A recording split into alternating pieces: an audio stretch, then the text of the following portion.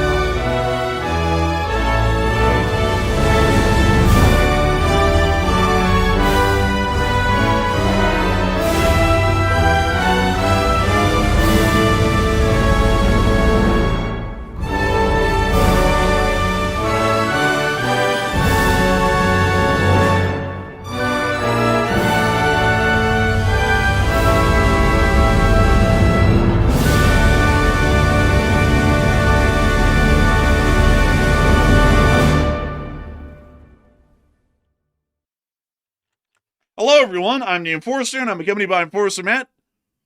And good evening, folks. It's Enforcer Matt, and welcome back to day 1522 of the War News stream. And tonight we have very big news, especially out of Europe, and also some big news out of Iran as well. We're hearing today that multiple Russian drones struck Romania, a NATO country, and apparently exploded on their territory as British fighter jets showed up and locked onto those targets and almost fired, but couldn't quite bring themselves to do it. We've also seen that Iran warned their allies today of imminent U.S. surprise attacks coming very soon, and also we are hearing word of intense fighter jet activity over the Middle East, and also we're hearing of an event in Washington, D.C. that's taking place right now involving the president that we're also looking at as well. But it's good to see you all once again. And of course, we're going to be covering the past 24 hours of breaking news from around the world, as we have been able to see of significant developments throughout the entirety of the world, including inside of Eastern Europe, the Middle East, West Africa, Western Europe, the United States of America, including the incident that just happened in Washington, D.C., which we'll be giving a brief synopsis of at some point later on air. And we've also been able to see that other major developments have been happening in Central Asia and the Indian Ocean over the course of this day, meaning that there is a significant news development happening in almost every single corner of the world right now. And over the course of this day, we did get concerning information that the Russian Federation has launched another drone attack on Ukraine, and in the midst of this attack, one Russian drone flew over the Danube River to the larger Romanian city of Galati and landed in the middle of the city. While the drone did not explode, it is believed at the moment that it may be armed, and the Romanian Armed Force EOD teams are currently on scene and attempting to disarm and remove the drone to a safe location. We also got additional reports that apparently some Royal Air Force Eurofighter Typhoons were operational in the airspace of Romania before the drone landed in the city of Galati, and apparently had an active lock on the drone and were ready to shoot it down, but for some reason did not take the final step to be able to actively shoot down and engage the Russian drone that had violated airspace base of NATO forces and NATO nations at that point. The Republic of France has also reiterated once again today that the European Union must stand on its own two legs and must prepare for the inevitable conflict that now appears certain with the Russian Federation in the midst of the perilous situation that they found themselves in the Western Alliance with the United States of America. The Ukrainian armed forces have also conducted a drone attack against the Russians of their own today, and one that can only be described as absolutely destructive. We have not seen a level of destruction of this nature from a Ukrainian drone attack in weeks at this point. And not only that, we have not seen the range in which these attacks have been conducted. Confirmation came out last night, much to the shock of many, that the city of Chelyabinsk and Yekaterinburg, the first times ever, have been targeted by Ukrainian drones over the Ural Mountains, with video and picture evidence confirming Ukrainian drones having successfully flown over the mountain range and having made it well into the central city areas of the city of Chelyabinsk and Yekaterinburg, a major development and still showing that Ukrainian armed forces are conducting significant attacks against the Russian Federation's armed forces once again. We have also been able to see that as well the Ukrainian armed forces have been able to inflict significant casualties onto the Russian Federation's armed forces inside the front lines of Ukraine. We have also been able to hear as well within the area of the Middle East that the Islamic Republic of Iran is warning of surprise attacks to come in the near future, as we have seen significant Air Force activity over the areas of northern Iraq and also throughout the entirety of Saudi Arabia as well, with additional U.S. tankers now being seen at the Avda Air Base just north of the city of Eilat. We have also seen that Israel has broken the ceasefire today and has begun more bombardments and barrages of Hezbollah forces throughout the entirety of Lebanon, showing that the ceasefire is on incredibly shakeable and fragile ground and may be prone to collapse at any moment, considering that both sides do not really appear to be that big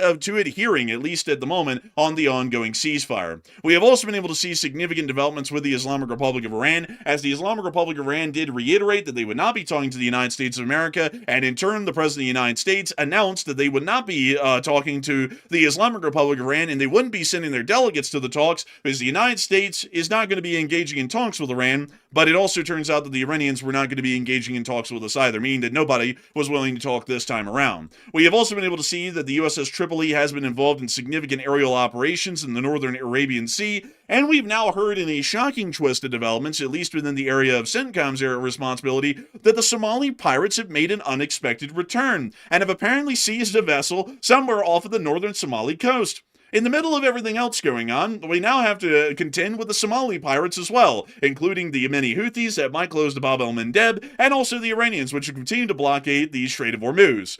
Generally, every single major shipping corridor right now, anywhere near the Middle East, is either under the threat of siege by Iran or Iranian-aligned terrorist forces, or pirates in general. Yarr! Moving us on out of that development, we've also been able to hear that there's now an ongoing civil war in the nation of Mali in Western Africa after multiple anti-government forces rose up today in an attempt to be able to overthrow the Russian-aligned government that took over control of the nation of Mali several years ago, thanks to significant Russian support. We have also been able to hear as well within the United States of America that more doomsday aircraft have been conducting training exercises, and we've also been able to hear in the midst of us preparing for the stream, which is why we don't have any markers down at this moment right now, within the area of Washington, D.C., that there has apparently been some sort of an attempted shooting near to the area of the Correspondents' Dinner that was being held tonight by the Office of the President of the United States. And we do understand that at this moment the President has been successfully evacuated. We have not been able to hear of any information of wounded individuals or individuals who have been deceased in the midst of the ongoing attack or the ended attack at this point, as the shooter has now been apprehended. And we do understand that the President of the United States was loaded back into the Beast motorcade and was sent rapidly back to the White House in the midst of this ongoing development. We'll be covering that one a little bit over the midst of the news tonight, but generally considering that it is an internal domestic matter that generally falls out of our news coverage and will most likely inherently become a heavily charged domestic political topic, coverage on that will largely be minimal tonight and only kept at the bare minimum of facts and information that we can ascertain as correct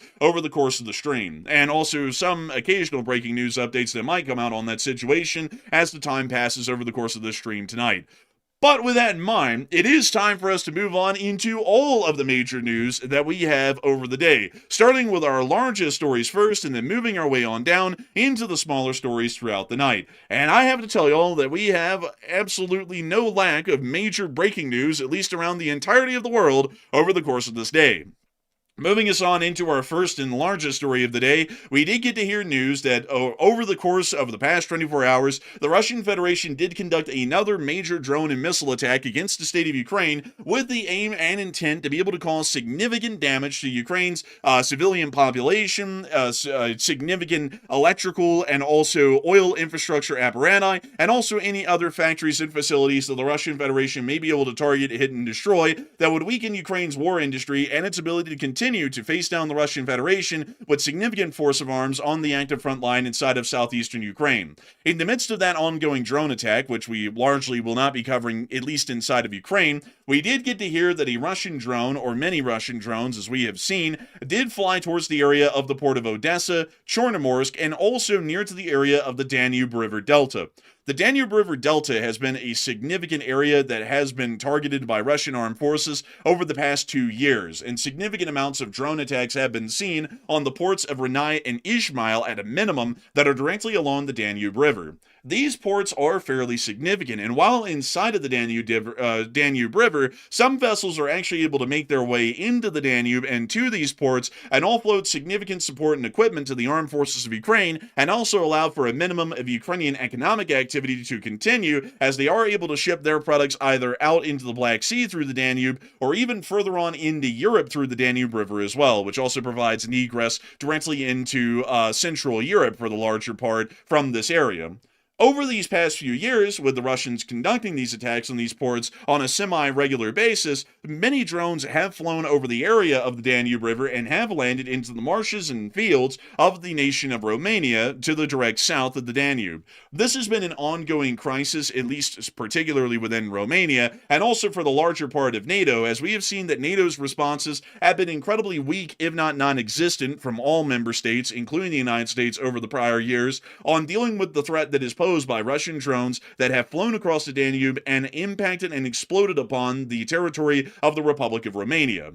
This situation has largely been unaddressed, and we have not seen that any direct armed militant actions have been taken by NATO, the Republic of Romania, or any armed forces over the past 2 years while these attacks have been continuing, and a significant number of Russian drones have flown across the Danube. It has been our position on this channel that this is a significantly weak stance to take for the NATO alliance, and at some point in the future, we would most likely see that a perilous situation could occur to where one of these drones doesn't land within an unoccupied farm field, but may land directly within a major city, somewhere within the surrounding area, or even deeper inside of Romania, or another frontier nation on the NATO alliance, and could lead to the significant death or injury of a large amount of innocent civilians that are generally looking towards the NATO alliance for their collective protection. And that incident almost happened today. Just several miles inside of Romania is the significant town of Galati, a fairly major city, especially in this area of the Republic of Romania. We were able to hear that over the course of just the past few hours, about 12 hours ago, a drone in the midst of the ongoing attacks did crash into the Romanian city of Galati, home to 217,000 Romanian citizens. The crash sparked Romanian EOD operations at the site, and while RAF Typhoons have been authorized to intercept drones in the area, it is unclear if the craft was engaged. No casualties were reported in the process of this attack. This became a very near major casualty scenario, considering the area that this drone crashed inside of. We haven't been able to ascertain the exact location that the Russian drone crashed inside the city of Galati, but we were able to confirm that it did crash within the highly populated city center, somewhere around this general area, not to the industrial site to the west. Currently, EOD teams, from what we have understood by our last reports, are still working to defuse the drone, load the drone up onto a vehicle, and move it on out of the city and then destroy it elsewhere, or to destroy it on site wherever it landed. We're not really sure what approach the Romanian EOD teams are going to be taking, but we're very sure that they're still working to try and defuse or remove the threat to the Romanian populace at this moment in time. Given the population density of nearly 250,000 people within such a small area as this city, if this drone had actually impacted and exploded within the city of Galati, this would have led to a significant amount of deaths at a minimum, or at least wounded at a minimum. We could assume that maybe 10 or more people could have been wounded or killed by this attack that was conducted, and not only that, This is starting to get incredibly concerning, considering that there is a major NATO facility within Romania along their coastline near to the Black Sea, near to Mikhail Kogolasanu, which we can see right here, which U.S. forces are permanently based out of as a part of an Atlantic Resolve rotational division. And we do also understand that at the moment, the Romanian government has not made any significant statements, at least at this moment, about the Russian attack and their response. Rather than that, the drone did land inside of Galati. EOD teams are apparently trying to disarm the drone or remotely detonate it inside the city, and that it has been a significant situation that could have led to a large loss of life over the course of this day. A lot of people are currently talking about this right now and are putting in their thoughts and opinions on what the Russian Federation was largely intending by conducting this sort of an attack. And this attack comes at a very key time, especially within NATO's path in the future, as the French President Emmanuel Macron has reiterated again today very similar statements to the ones that he made yesterday. And we were able to hear that according to Geo Insider, a major Western leader, which would be Emmanuel Macron, has stated the following publicly once more. NATO's Article 5, the guarantee that an attack on one is an attack on all, can no longer be taken for granted. And from what we also understand, Emmanuel Macron has once again been saying that the European Union and the European nations themselves need to rise up in their own collective defense and be assertive in that matter. Otherwise, they could see that a Russian steamroller could start to push west and start to kill a large number of innocent civilians and cause untold desolation and destruction to the NATO frontier and to the entirety of Europe due to the significant cost in manpower and resources that would be taken to deal with the Russian Federation. This also happened just a day after the French president and the Polish Prime Minister, Donald Tusk, had made it incredibly clear that they believe that the Russian Federation is preparing for a larger conventional war with NATO within the next several months. And that could be a highly likely occurrence considering that the Russian Federation is economically and militarily heavily spent and doesn't appear to have that much more time to go before they naturally implode upon themselves and the Putin government could find itself in a great risk of being overthrown by a Russian coup d'etat that may be supported by the public and followed through by some elements of the Russian armed forces, at least the opportunistic ones that would attempt such an action. Plenty of people are talking about this situation in Galati with the atmosphere and the stage that's been set by the Russian Federation and the European contingent over the last few days. And Matthew, what are people thinking about that right now? And what are you thinking about that as well? Okay, so unfortunately, this is nothing new, but yet we're seeing it again, and this time it appeared to be that one of the drones that Russia sent into Romania, either intentionally or on purpose, or by accident maybe, apparently was armed with an active warhead and it exploded on Romanian territory, which is of course a NATO member. And also, here's the catch this time. British jets were in the area and they locked onto those targets, but according to what we heard, they did not engage the Russian drones over Romanian airspace. So I have no idea why that is, but that's quite a big detail to add to this current attack. So what are your thoughts? 55% said Russia likely intended to attack Romania, while 23% said Russia did not intend to attack, and 14% said I'm 50-50 on this one. And I would generally say that I believe Russia is doing this intentionally. Like I mentioned, we've seen this multiple times before, and this is nothing new whatsoever. So I would assume that they are probably doing this either to test NATO or they're doing it to aggravate NATO and make the situation worse. That's my guess. But the big problem I have is, though, this time the British jets were in the area, they had locks on the targets, and apparently, according to what I've heard, they didn't fire at the target. That makes no sense to me whatsoever why they would not fire at the target. It makes common sense to simply take down the threats before they can potentially harm civilians inside of Romania. So no idea why, but I guess they just chose not to. But Enforcer, what say you? I would have to say that I would be with the 55%. This does appear to be some sort of a feint of an attack on Romania or some sort of an open instigation, but the idea of the Russian Federation trying to conduct a full-blown armed attack against Romania at the moment would be a little bit questionable, but I'd certainly say that this is supposed to be an active provocation against NATO that might be able to give them an understanding of how NATO is going to be reacting here within the near future. This largely does fall within the criteria, much like other prior attempts that the Russians have conducted in this very similar vein inside of Poland and also inside of the Baltic states to be some sort of an attempt to provoke NATO or an attempt to be able to see how unified NATO is and how strong and how proactive their responsiveness to upcoming threats could be. And from what we're seeing right now, the responsiveness is once again largely non-existent, a lot like it has been over the past several years by the United States and anybody else for that matter inside the NATO alliance. The fact that we do understand that there was an active British air patrol by the Royal Air Force's Eurofighter Typhoons over the area at the very time that the drone incursion had been conducted, and that at a minimum, flying from a straight line from Ukraine, this drone would have had to have flown over about 10 miles of territory, flying at about 100 miles an hour, meaning that it had several minutes before it actually made impact or even started to arrive on the very outskirts of Galati, and that no shots were taken to be able to shoot down and destroy the incoming Russian drone is something that's a little bit questionable.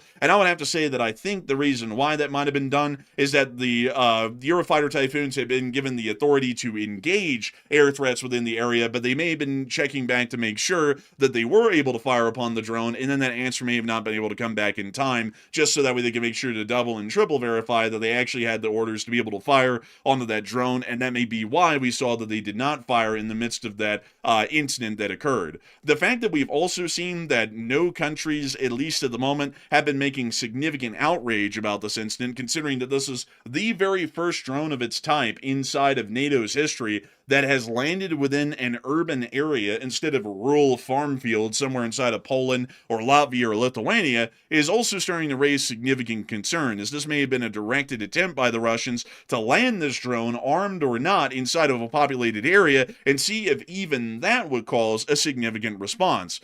If it doesn't, that might give the Russian Federation an understanding that if they kept a large number of one-way kamikaze drones in reserve, a lot like they have been using against Ukraine, that once the time is ripe, the Russian Federation could try and launch a significant and overwhelming one-way attack drone wave against the European Union, and generally NATO as well, and be able to try and cause significant amounts of shock and damage to NATO forces in a preemptive attack with those drone forces, to be able to try and give them a little bit more of a window to be able to move into NATO before NATO is able to coalesce itself and get a proper reaction force up and running, and to be able to respond to the incoming Russian invasion that would be conducted at that point. This is an incredibly concerning development, to say the least, that has happened in Galati. And while we have seen that many incidents such as this have happened before, they have never involved a drone landing within the perimeter of a major city where tens, if not dozens of people could have been wounded and killed if the drone did explode on the city once it made impact. Yeah, and also it's like, what's the odds of the drone heading straight for a very populated area inside of Romania? It's like, I can understand, like it's kind of like semi-understandable that maybe Russia, in their complete incompetence, maybe a drone or two might veer off course from time to time, but this happens pretty often. And also, not only that, but it's progressively getting worse. I mean, this time, like you just said, it went for a populated area and it was armed with a warhead, so it exploded on that area. So I mean, it's getting harder and harder to say it's an accident. I mean, Russia's taken away all their plausible deniability with these most recent ones, especially this one today. This could have easily killed people. It certainly could have. There's no question about it. Any drone that's being used in an attack against Ukraine flying across the border is going to be generally considered highly dangerous, if not armed and ready to kill a significant amount of people if it lands in the right kind of an area. I saw some people say, well, maybe the British Air Force just realized it wasn't dangerous. Well, let me say this. What if I took a nuclear bomb and I was running around in the streets with it? Well, like, do you think that everyone would go, I think it's a dud, so we'll just let him keep going with that? Or do you think that they'd be like, call the police, this nut's running around holding a nuclear bomb in his hands? Everyone's going to go call the police because nobody knows that. What we see is a Shahed 136 flying into Romania. And that's all we see. We don't know anything else about that drone, whether it has a bomb on it, whether it doesn't, whether it's going to be a dud, whether it's going to blow up on impact. All that stuff, we don't know. And generally, you would understand in any given situation where there's an armed attack going on the country next door, and there are bombs going off from these very drones hitting stuff inside their country, that if one flies across the Danube into Romania, highly likely it's also got a bomb on it as well and would be considered highly dangerous. You don't just sit there and let an enemy country fly a possible bomb into your airspace and go, I'm kind of betting that it's not armed, and so we'll just let this one fly on through and then see if, it wipes out a family or something like that here in about an hour once it hits something. You don't really run that sort of a risk. That's a risk that is incredibly foolish to make and putting a whole bunch of innocent people's lives on the line if you're wrong. But beyond that, though, a certainly perilous situation to say the least. On the flip side, however, the Ukrainian armed forces also conducted a reciprocal attack on the Russian Federation over the course of the day for the drone attack that the Russians had conducted on them. And the amount of damage that was caused in the Russian Federation over the course of this day has been the level of damage that we have not seen for some time since the major port attacks that the Ukrainians conducted on Novorossiysk, Ust-Luga, and Primorsk all within the same day about a month ago. And we have been able to see that there has been a wild, insane amount of developments and records that have been made by the Ukrainian Armed Forces attack over the course of just these past few hours. And moving us on and into the trophy of these attacks, first and foremost, these major drone attacks have attacked the following cities: the city of Tambov, the city of Nizhny Novgorod, the city of Rostov, the city of Sevastopol. I believe the city of Volgograd has had some preliminary reports that it may be coming under attack. And also, the most important ones that have been hit today, hit for the first time ever in the course of the war, Yekaterinburg and Chelyabinsk. These are actually quite significant, as we did understand that at the beginning of the war, the Ukrainians would have never been able to strike over the Ural Mountains. Yekaterinburg and Chelyabinsk are both about 1,100 miles away from the territory of Ukraine, meaning that drone attacks at that distance have been believed to be impossible over the course of this entire war, even up until today.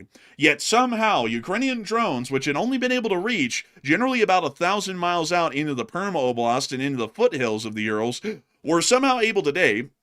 Well, I just tried to take a breath there, and I just sounded like I was about to get murdered or something. I went but beyond that.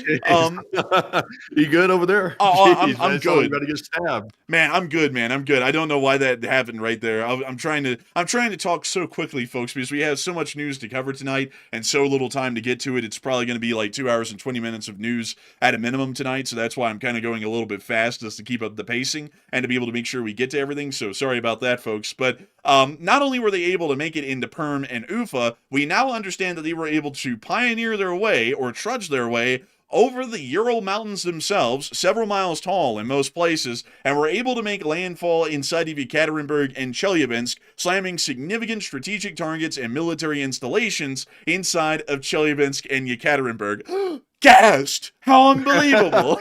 Yeah, I thought the Russians were behind you, tapping you on the shoulder with the way you sounded. You said, "Oh," I was like, "Oh, dang!" I'm like, "They're there. They're here." Man, that'd be crazy though if they were. Like that. But anyways, moving us on into the area between Chelyabinsk and Yekaterinburg, we were able to see the following proof. It's an FP2. Look at that, flying over completely unopposed. Man, look at that. You can hear it out there too. Вон он. Долетал, но летит БПЛА в сторону Челябинска. Oh boy.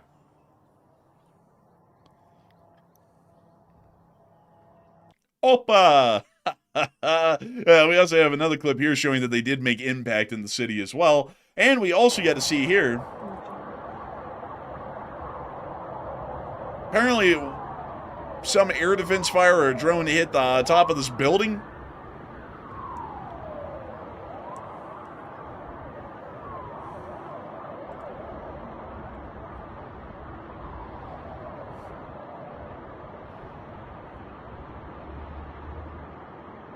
We see them looking at it a little bit more, surveilling the damage. We also got some additional clips as well, showing us the drones flying on in.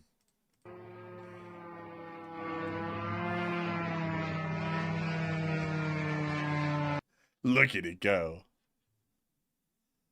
Also, apparently we have some breaking news coming out at this moment right now. So, Matthew, what do we got?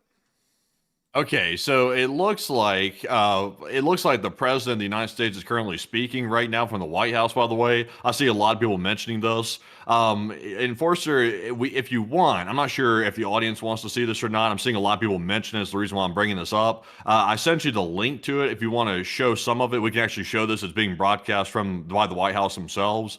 If you want to see what he's saying about this, apparently he's got some information about what happened. Do you think we should show that? Because I have a feeling this might become a domestic political shit show, if we try and show that.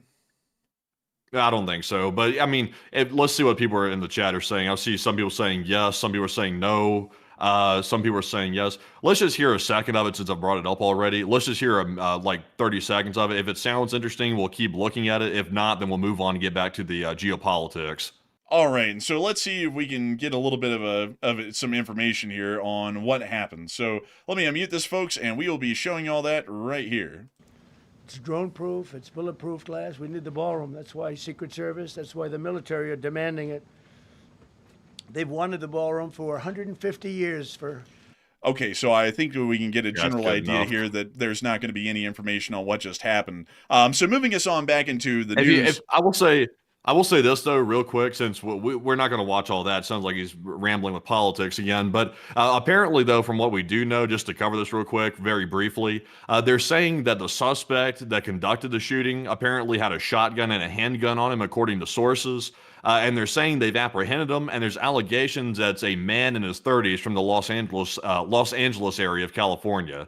So that's what they're saying. It looks like they beefed up security around the White House. But outside of that, though, there's pretty much nothing else to say about it. It's just thankfully they stopped this lunatic, whoever it was, and nobody got hurt. Apparently, it looks like maybe one Secret Service took a bullet to the vest, but of course it's bulletproof, so he's good to go. He's probably just knocked the wind out of him a bit, but he's good to go. So that's pretty much all there is to report about this. So it's pretty much over with. Very unfortunate situation to hear about. Of course, a bit of a tragedy, and hopefully we'll be able to hear that no further unfortunate developments are heard of the situation over the course of the night. But moving us on from that, we were able to see the continued videos of drone attacks that were happening on Chelyabinsk and Yekaterinburg. We see the drone flying on over this small dacha. I thought it was Chelyabinsk and Yekaterinburg, please.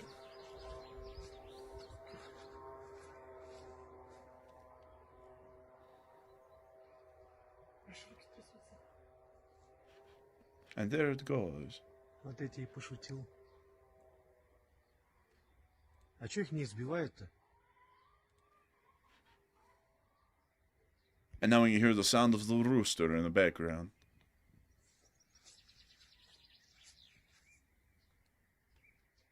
Привет.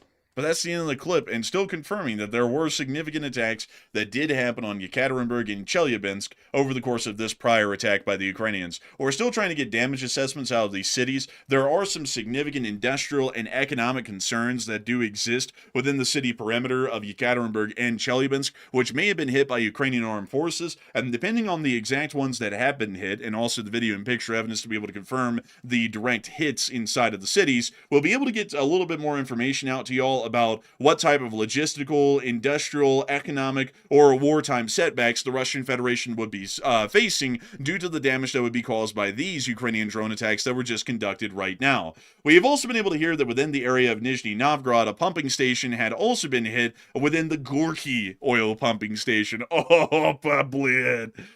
So we do understand that the Ukrainians are going on an absolute campaign at this point to be able to strike and destroy as many of the oil depots and pumping stations as they can within the Russian Federation. These oil pumping stations actually provide pressure to the oil pipelines that are able to transfer oil from the Russian oil-producing fields within the areas of Siberia and elsewhere and towards the Russian oil-loading ports here in the west, such as the port of Primorsk, the port of Ust-Luga, the port of Taman, the port of Novorossiysk, and the port of Tuapse, which are the 5 significant oil-loading ports that we know of that are along the western Russian coastline. The fact that the Ukrainians are hitting these is generally trying to conduct a more indirect campaign to make sure that even if those port facilities are brought up to operational capacity, and even if defenses were souped up around these port facilities to make sure that they couldn't get hit again, the Ukrainians are making sure that the actual pumping stations that keep the oil flowing into the ports are also knocked out as well, meaning that the Ukrainians are trying to absolutely destroy all of Russia's logistical capabilities in transporting and loading oil onto Russian ships to be able to put them out at sea to be able to make money. The Ukrainians are going to make sure that none of that's going to be happening anytime soon with these sorts of attacks. Additionally, we also were able to hear that further on up and in Yaroslavl, there started to become reports that major attacks were heading Yaroslavl's way. I wonder what they looked like. Oh, wow. Isn't this just outside of Moscow, by the way? It's a little distance away, but not far enough. A little bit. Sounds like their sirens are kind of half-cocked a little. Man, the air pressure was low in them. Man, they went. It's like, man, that thing started on a half pipe of pressure. We also got to see that the drones started to make their way on into Yaroslavl, and the Russian air defenses were heroically making sure to hit the residential buildings in the city before the Ukrainians ever could even try to. Let's take a look at this pants here and its effectiveness of terrorizing the Russian citizenry that it's supposed to be defending. There goes the Pantsir missile, and right into a residential building. Oh, yikes. That's happening very often these days. That's a common sight. Man, honestly, it's wildly common. I mean, we see Pantsirs, folks, firing into civilian buildings more than we've ever seen them actually successfully intercept a Ukrainian drone. At this point, Russian Pantsirs are actually deadlier to the Russian populace than Ukrainian drone attacks ever could be from an errant drone being intercepted due to electronic warfare measures deployed by the Russians. Moving us on into the actual attack within Yaroslavl itself, we were able to see that there was some very significant damage caused within the city as a fire started to emerge from some of the impact sites by the Ukrainian armed forces, and we also were able to see more videos and pictures of the explosions within Yaroslavl, including this one, which once again showed the Pantsir missile hitting the residential building, and also this one as well, showing the glowing fire of a direct Ukrainian impact. And also another Pantsir missile, which almost took me completely by surprise right there. We also were able to see, additionally, the fire burning in the distance, and also a little bit of a closer-up of that ongoing fire. We also were able to see that there was a significant amount of smoke that began to originate from this fire, as it does appear that one of Russia's largest refineries, which is within the city of Yaroslavl, has been hit, and it had an annual capacity of around 15.7 million tons, and it's about 700 kilometers from the front line, or somewhere within the 500-mile range. Certainly took a significant hit and appears to be out of action at this moment today. We would also understand that as a result of this, the Ukrainian armed forces are still attempting to prioritize their attacks on Russian oil infrastructure above most others that have been seen or have been conducted inside the Russian Federation, at least recently. You can actually see the Yaroslavl refinery right here within this area just southwest of the city.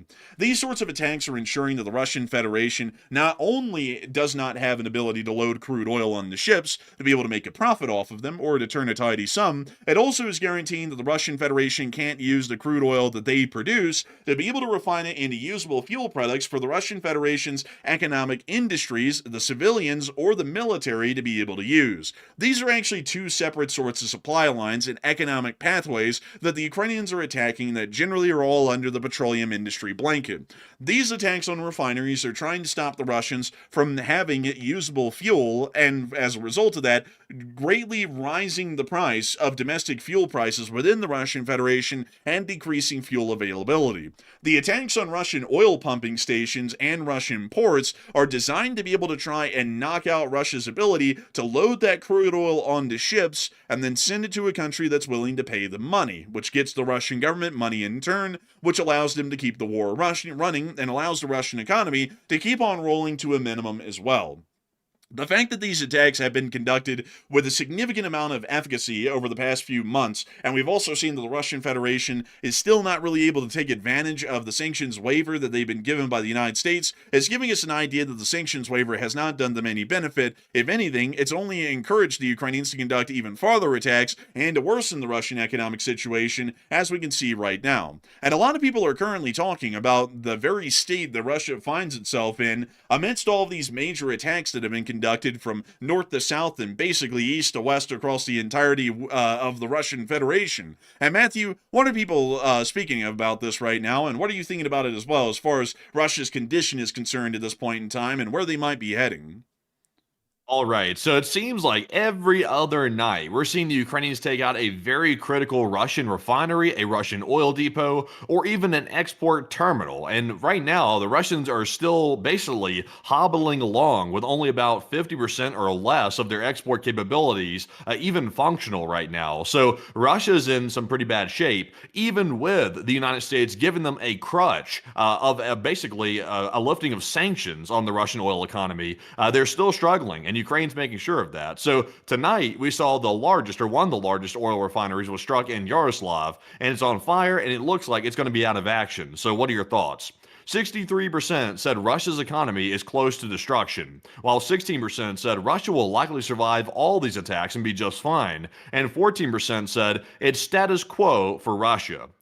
And I would say their economy has to be getting close to destruction, because even though, like I've been mentioning before, the Chinese are probably helping out, I mean, Russia still has to make some type of money, and right now they really can't because their export capabilities are knocked out, and also their ability to refine is literally going day by day. It's disappearing thanks to these Ukrainian attacks. So no matter how many breaks the U.S. tries to give Vladimir Putin, it's simply not going to work because Ukraine's not going to allow that, which is honestly the right move. But Enforcer, what say you? I would have to say that the Russian Federation is close to economic destruction. We already have been able to hear that pretty well out of the Russian economic circles themselves. They just came out in an economic forum about a week ago and were even going to the point of demanding the overthrow of the Russian government because of how badly the economic situation is going inside of Russia, and if things didn't change according to them rapidly, the Russian economy would become extinct. And we would believe that that is still a very accurate statement at this moment right now, because the Ukrainians are making sure that on all ends, the Russians are going to be squeezed about as hard as they can for about every last dime that they can put towards the war effort. There is rising costs of fuel in the Russian Federation, meaning that the Russian government is having to spend more money per ton of fuel for their armed forces, and we also understand that they're not able to export any of their crude oil to make money, which is also making sure that the pennies that they have left can't really be pinched too well, because they're also having to spend that once again on the increased price of fuel per ton. There's also a lot less fuel to go around in the Russian Federation, meaning that civil industries are starting to see increased strain on their own logistics infrastructure because it's costing a lot more to ship stuff around the Russian Federation, even when they have an abundance of crude oil just sitting around with nowhere to go. They have no way to refine it and no way to actually use the crude. Not only that, the economic situation has been getting so bad, and economic recessions and shrinkage has been happening so badly, that we already understand that the Russian railways have laid off a certain significant amount of their staff and employees that actually run the railroads, which means that we're already seeing, just from the logistics side of things, which once again, to remind everyone here,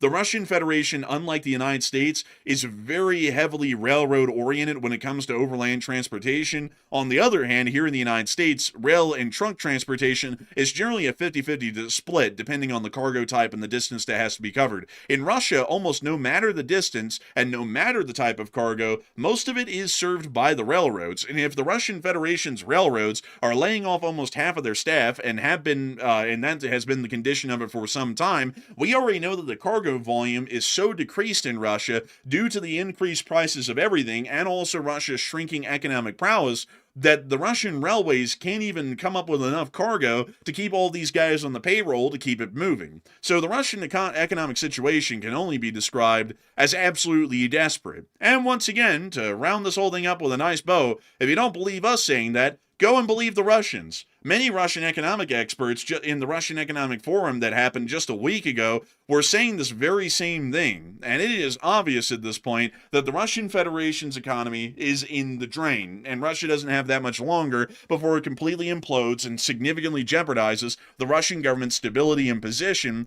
seeing that the public would start to challenge it, and many members of the armed forces and the government's personnel may also see that that suffering reaches them, which would be a tipping point. But moving us on out of the Russian Federation's dire economic calamities and situations that they're dealing with, we also got to see that further on down in the country and in the area of Alexievka, which is inside of the Belgrade Oblast, there were also some significant hits that were conducted on a oil depot within this area, and we could see those fires right there. I got to tell you, the Ukrainians really did land a significant amount of damage on the Russians, and we also get to see that a residential building may have been hit by Russian air defense fire within this area as well. Oh wow, very toasty in the evening hours. Yeah, very toasty for sure. Man, and moving us on out of that, and we are going to be moving on further on down and into the area of Tuapse. We've also been able to see that the crisis around the Tuapse city area is continuing, as we were also able to see that the oil slicks are continuing to build in size and prominence along the coastline in the surrounding area.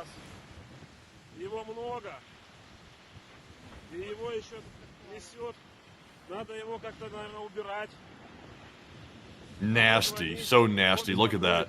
Bleh. Своими силами. Вон, смотрите. Это всё мазут, запах Jeez. страшный. Just a Plus, little it looks slump. like coagulated plastic or something like that. It's gotten so thick, and that oil is literally like pooling up.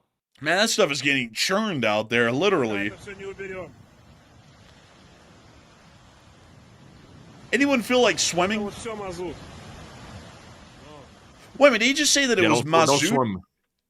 What do you say? Well, what does that mean? Well, mazut, if I'm not mistaken, it's that thick kind of shit that the Kuznetsov ran on back when it was in service. You know, the one that would billow out the smoke that was so thick and black, it would obscure the flight deck, and they'd literally have to turn off the engines of the aircraft carrier to be able to land aircraft on it. Oh. Yeah, I remember that now. Let me go pull that up here really quickly. Matsud fuel. Because if he just said that... Oh my God. So he did say that, because if we go back here, I want y'all to hear this guy say it. Это вот всё мазут. See, he said, all of this is matsud, which specifically is a thick, low-quality heavy fuel oil produced as a residual tar-like product from petroleum distillation, commonly used in industrial boilers, power plants, and maritime engines. It's notoriously dirty, with a high sulfur content, and is often referred to as number 6 fuel oil, or bunker C oil over here in the West. Oh.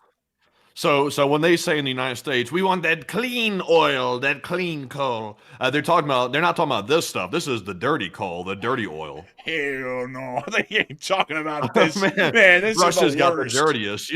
You don't want this nasty stuff right here. Russia can keep this junk. Good thing Ukraine's taking out their export capabilities. They can keep this crap. Yeah, you know what's actually crazy about that, Matthew, is that they actually do have the dirtiest of everything in Russia. It's really weird. They have the dirtiest and the worst burning coal. They have some of the dirtiest and worst burning oil. I mean, as far as like resources, technically, folks, on paper, they have tons of coal reserves and tons of oil reserves. But when you actually look at their quality of like the seams and the oil fields, it's highly low quality stuff. I mean, it's actually some of the lowest quality stuff you could buy out there. Yeah, like grade F. Yeah, I mean, absolutely horrendous stuff. I mean, terrible. No wonder, Matthew, they're saying that this stuff is so toxic it could kill into ops, because it's straight up bunker C oil that's on fire out there in those tanks. Yeah, that's nasty stuff. I'm going to say I wouldn't want to live in Tuaps at this point. I have a feeling they're going to rename that place to Cancer Alley before it's over with. Man, it's going to turn into Louisiana. Like, probably worse. Also, by the way, if y'all don't know the joke, there's this whole thing about Louisiana being Cancer Alley, because all the refineries that are around the Mississippi River and generally inside of Louisiana produce a great deal of carcinogens and other types of stuff that get into the air down there, and it creates an incredibly elevated amount of cancer throughout that entire area. You can actually see the carcinogens in the sky when the sun's setting, because it almost looks like a toxic aurora borealis up there sometimes in the sky. We've seen it ourselves, so I can personally attest that that does exist, and it's a really bizarre thing to be able to witness. But anyways, moving us on out of that news, it's now time for us to move on over and to our last attack that the Ukrainians conducted inside the Russian Federation in terms of long-range strikes tonight, and that was in Sevastopol. Everybody knows that Sevastopol's got to get hit, and there's plenty of targets around Sevastopol that we know of that could be hit, including the Belbek airfield, which is usually a high-priority target these days for the Ukrainian armed forces, and according to reports, it does appear highly likely that Belbek was hit, as it does appear that there were explosions near Cape Foylant, which is near to the Belbek airfield and also the city of Sevastopol. So there's a high likelihood that Russian air defenses may have been hit and destroyed around the area of the Belbek airfield, and some airframes may have been attempted to have been targeted, damaged, or destroyed in the midst of these strikes that were conducted. We also were able to see the footage that came out from the attack on Sevastopol, which we were able to see in these clips.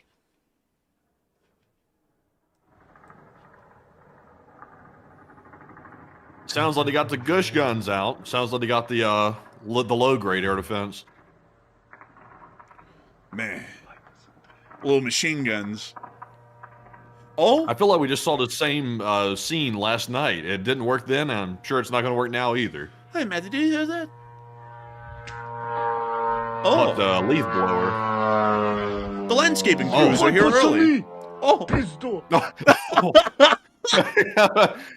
He kind of had a delayed reaction. Yeah, bro. Right there at the very end. Oh, what's up,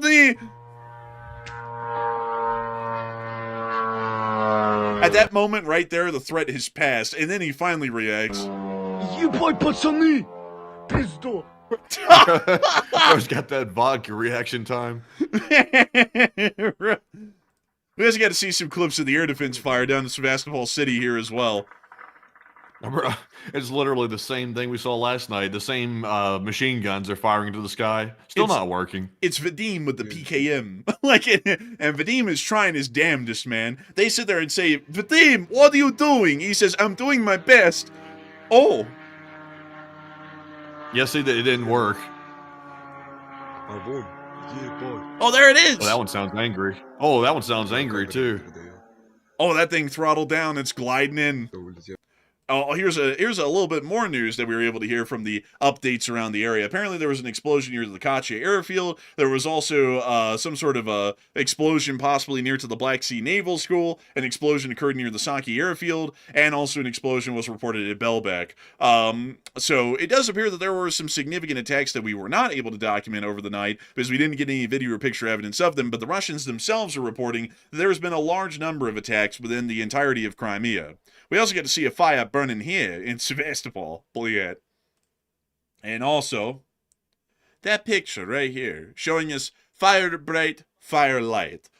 Nice and bright, Russian Mai, all that shit, you know, whatever poem they come up with. But anyways, with all that news in mind, the Ukrainian drone attacks that were conducted in turn on the Russians today were wildly exceptional, if not sublime, in what they were able to inflict against the Russians. There was a significant amount of damage to military facilities, a significant amount of damage to oil infrastructure and oil refining capabilities, and we also were able to see that for the first time ever, Ukrainian drones were able to forge their way over the Urals and on into the major cities of Yekaterinburg and Chelyabinsk. Next, maybe the city of Tyumen.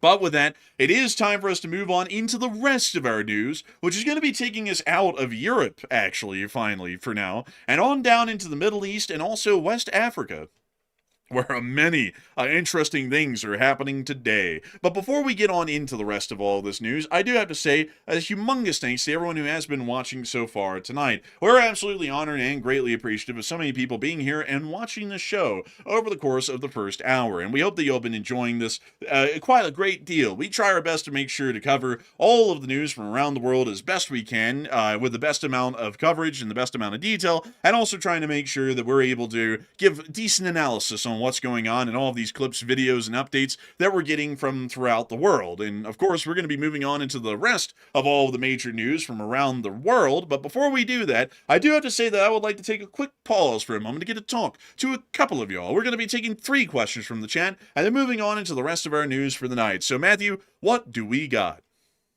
All right, so jumping into our first 3 super chats, our first one here is going to go to Give Up Now, who puts in an extremely generous $100 support. And thank you very much, good sir, for that very generous and also the largest super chat of the night. He said, anything new tonight? And Spike says hello.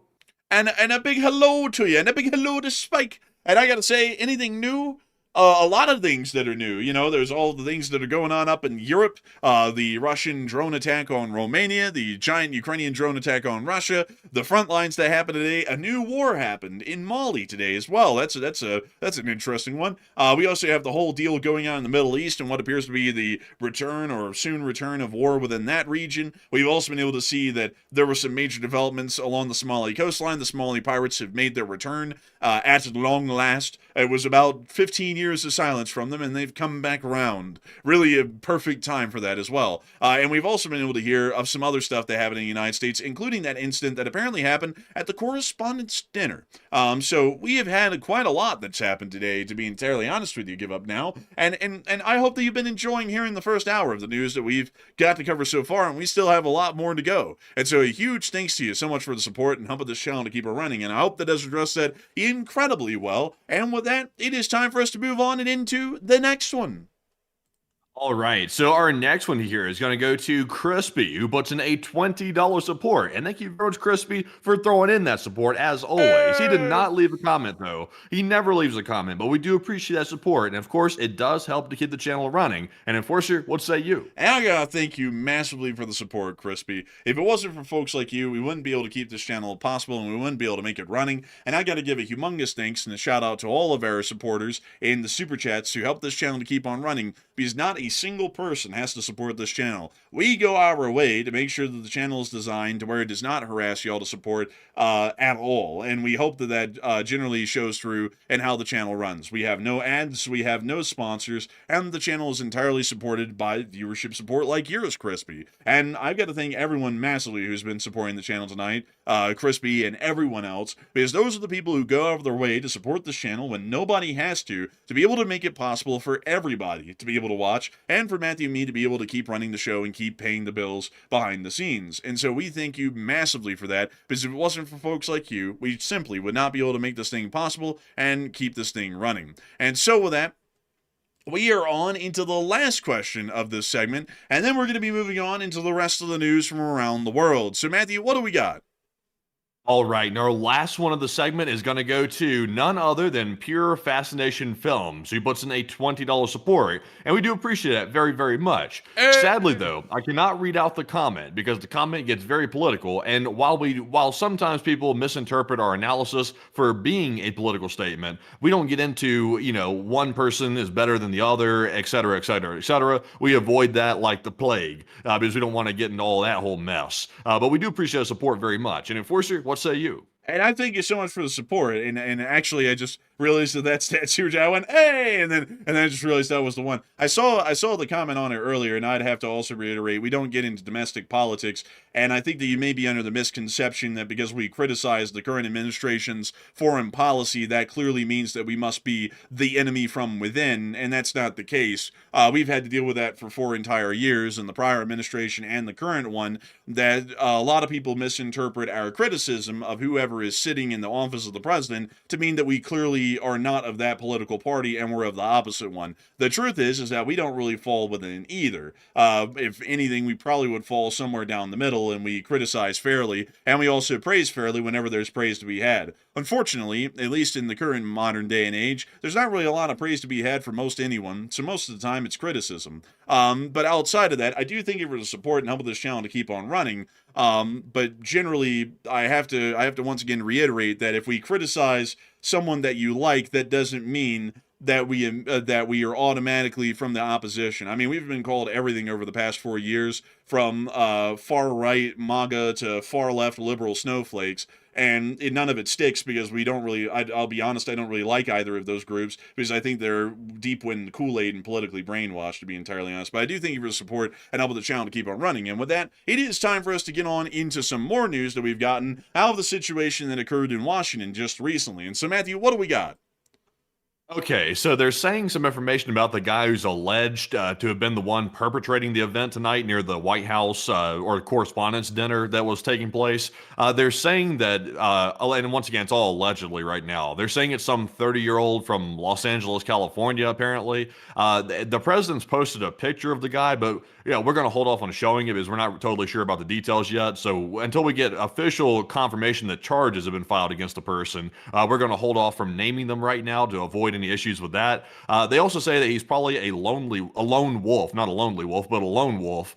They're saying that's probably what he was, if this is the case. So we'll have to see what comes out of this. I do see there, apparently the speech that's being given right now, the main focus of the speech appears to be the ballroom. He's trying to use this event to somehow justify the ballroom, apparently. Kind of an odd thing to do in the middle of something like this, but that's what's being said. So that's pretty much all there is out of it. The rest is just political babbling for the most part. But Enforcer, what say you? So from what I understand, to clarify this really quickly, the whole reason that the ballroom's being brought up is that it's like CEC, look how dangerous it is to do anything outside the White House. That's why we need like a bulletproof, bomb-proof ballroom, so that way this can be done there instead. So apparently that's the whole argument that I've saw that was being made apparently about the whole ballroom deal. A little interesting to me, just to be honest. What if? Someone's dead laying on the floor, and we're going to start talking about building a Yeah. new ballroom. But Well, anyways, he's not dead. I mean, he's alive. He's in custody. This guy right here is apparently. But also, by the way, I hear people say that all the time. They're like, it's a lone wolf. It's like when they say a lone wolf, it's like, is that just like special terminology for somebody that acted without any help? Is that what they're trying to say by that? I mean, I don't even understand. Like, why are we calling them like a lone wolf?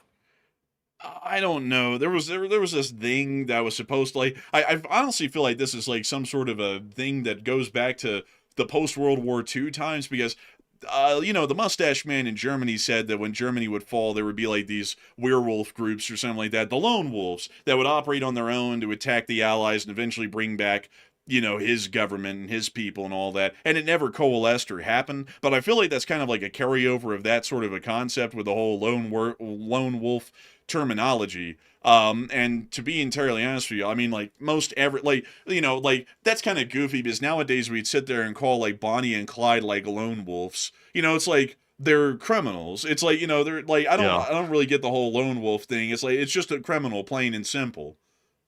It's like call him the lone idiot, more like it's like a lone wolf. It's like that implies some type of like prowess or something. It's like lonely idiot, clown, a fool. It's like something like that. It's like, lone wolf's giving this person too much credit. I will say this though, like not just trying to criticize here, but I mean, what is going on with the security, like with this stuff? I get they can't prevent everything. Like you can't prevent all threats. All you can do is try to mitigate threats. But I mean, this dude shows up, they say with allegedly a shotgun and a handgun. So I mean, it's hard to hide a shotgun. I mean, you can see that most of the time. And this dude somehow gets to the metal detectors and takes a shot at a Secret Service agent. And then they apparently jump him. They didn't even apparently shoot the guy. They apparently just jumped him from the sounds of it, because he's apparently still alive from the looks of it.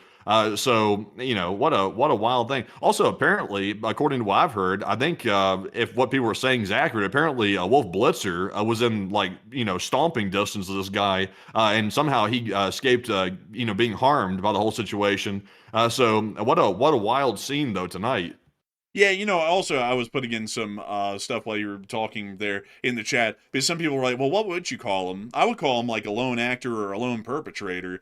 Calling these people wolves kind of makes them sound like something a little bit intriguing, like these people might have been crack criminals or something like that, Like, I don't really believe in putting any words in a situation that makes it sound like, oh, this guy's a lone wolf. Let's, get fascinated by him and maybe turn him into a hero to some people. Like just call him a lone actor or a lone perpetrator.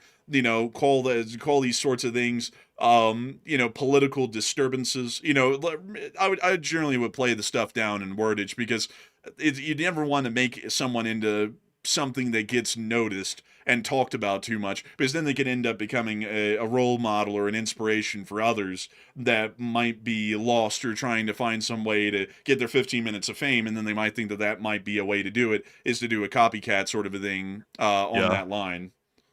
Should they have canceled the event though? I mean, I see a lot of people debating that in the chat as well. Apparently they canceled the event according to what I've heard, and they're going to reschedule it in the next 30 days. But here's the catch, folks. Should they really cancel the event? In my opinion, it's a bit of a half and half thing, because if you cancel the event, you're essentially letting the idiot achieve their goal. They're trying to disrupt stuff, and they're trying to cause terrorism, basically. So it's sort of like bending to their will to a certain degree. But also, on the other hand, there is a security element to it. Maybe the guy wasn't a lone wolf, and maybe a second person is going to show up and do something after that, possibly. So, I mean, I get the security aspect of it, but should they really just like pack up shop and go home? It's like, isn't that sort of like giving in to the loony? Oh, I'd say keep it running. Like, I would say the show doesn't stop, because, a lot of people always say, oh, well, like security. But yeah, but it's like, are we going to let like nut jobs stop every event in the country? Like, we kind of do that to an extent here, because we just don't have an ability to have security, but they have the Secret Service. It's like, why stop the event? They do have the muscle and the security to be able to just tighten it up a little bit more and keep it running. And I don't really like the idea of, just wild, like lunatics being able to basically force everybody inside, into hiding. We can't have a correspondence dinner. We can't have concerts, because there might be some lunatic that runs in and starts popping shots at everybody. That's not really a good sort of a premise to work off of. And also, just to be straight up with y'all, I also feel like that's starting to move more away from the kind of ideas that we have in this country of liberty and freedom and exchanging that for security. So instead of having the liberty and freedom to go out into a public place and just deal with whatever happens, we all end up, pretty much battening down the hatches and giving up any kinds of freedom so that way we can have some security. Yeah, I mean, me personally, it sounds like the president wanted to keep it going, but it sounds like he got possibly overridden by Secret Service, according to what they're saying. I would have stood on that. I would have said we're going to keep the thing going, and just whatever goes on from here. I mean, just beef up the security outside. I mean, somebody showed up and did something, so how much worse can it get? I mean, y'all are on alert now, so y'all apparently let the dude in the lobby, so just stay on guard this time, basically. I mean, it seems like they should have kept going, but apparently they canceled it. They're going to reschedule it or something, and I have to see how it goes from here. But what a wild thing, by the way. It's really getting crazy how often this stuff's happening. Like, it's happening very, very often, which is very wild to see. Yeah, I'd have to say so. But with that, I hope that has addressed that well. Also, I just got to kick folks just to explain why I'm laughing. Someone just said, gee, y'all love to listen to yourself talk. Well, it is a talk show after all. It'd be a pretty damn bad one if we weren't talking. So, good point there. You got me. Checkmate. But outside of that, a big thanks to you so much once again, Pure Fascination Films, for the support. I hope that has addressed that well. And with that, it is time for us to move on out of the news developments coming out on the situation that happened in D.C. and out of the question segment and back into the rest of our news, as we still have quite a lot of it to go tonight. Moving us on out of Europe for a brief moment, and on down into the heartlands of the Middle East. It's time for us to get to that whole thing. We've been able to see that in the midst of the quiet times that have been going on in the Middle East before the shooting starts again, we have been able to see that the USS Abraham Lincoln is providing only the finest of foods to our men in the service. Here are some pictures from the Lincoln of the stuff that they have been given to feed upon. Oh, a kebab.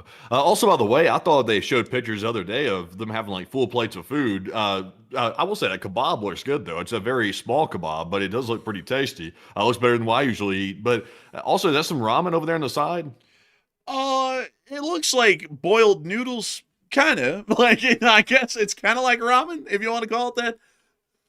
Man, I tell you, I mean, this looks like what we got fed in public school. Like, I ate this for lunch for years in public school. Like, we get fed on prison trays just like that. The little rectangular pizza box things and stuff like that, and all the little nasty patties they would give you and stuff. It just feels like public school. Yeah, it kind of does. And also over here on the right, we can see one egg that's boiled, one egg that has no egg inside of it. It's just the shell. And then something here that that amounts to some form of regurgitated vomit, sort of a substance. Not really sure what that is, but it looks pretty rough, really. But we do understand that a large amount of the ships in the area are currently rationing their food resources, so it's getting a little bit scant in terms of the food availability in general. We saw this on the Tripoli a little while ago, and it certainly does appear that it's returning here on the Lincoln. We also were able to see as well that there were some ongoing air operations conducted off of the flight deck of the Tripoli, with a picture being put out today from CENTCOM's Air Responsibility showing a U.S. F-35B Lightning of the United States Marine Corps taking off from the deck of the Tripoli. We also were able to see, additionally, that on up in Kuwait, it does appear that our service members do have some humor. We were able to see that the first art of the war has come out, and I relate to this so well. Man, this is how you know what generation's fighting in this situation, man. This is Gen Z. It's got to be. They've got a Mr. Krabs meme going on. Man, this is crazy. Bro, it's actually pretty high quality, too. I mean, like, it's kind of the most impressive thing about it. Like, they literally got the Mr. Krabs give it up for day 15 meme, like, perfectly drawn. Like, someone had some time on their hands. Also, by the way, apparently they've been under attack a good bit, because it looks like the crazy Mr. Krabs is noting a lot of attacks for the most part. So that's kind of interesting. So what this appears to be, it's inside of the wall of a concrete shelter at the Muwafaq Salti Air Base in Jordan, which recorded about the 77 to 85 Iranian drone and missile attacks that were conducted on the base from the very first day of the war to March 19th of 2026.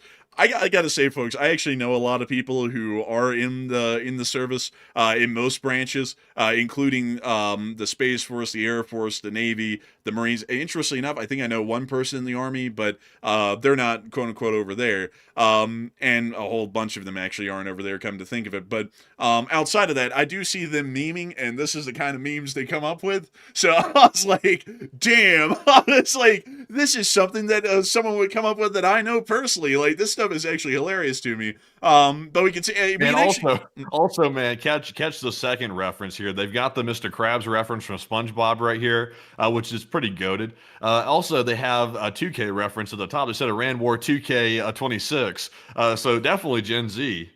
Man, and also we can see that they're showing what looks to be the Patriots or some other air defense system shooting down the incoming shotheads above Mr. Krabs.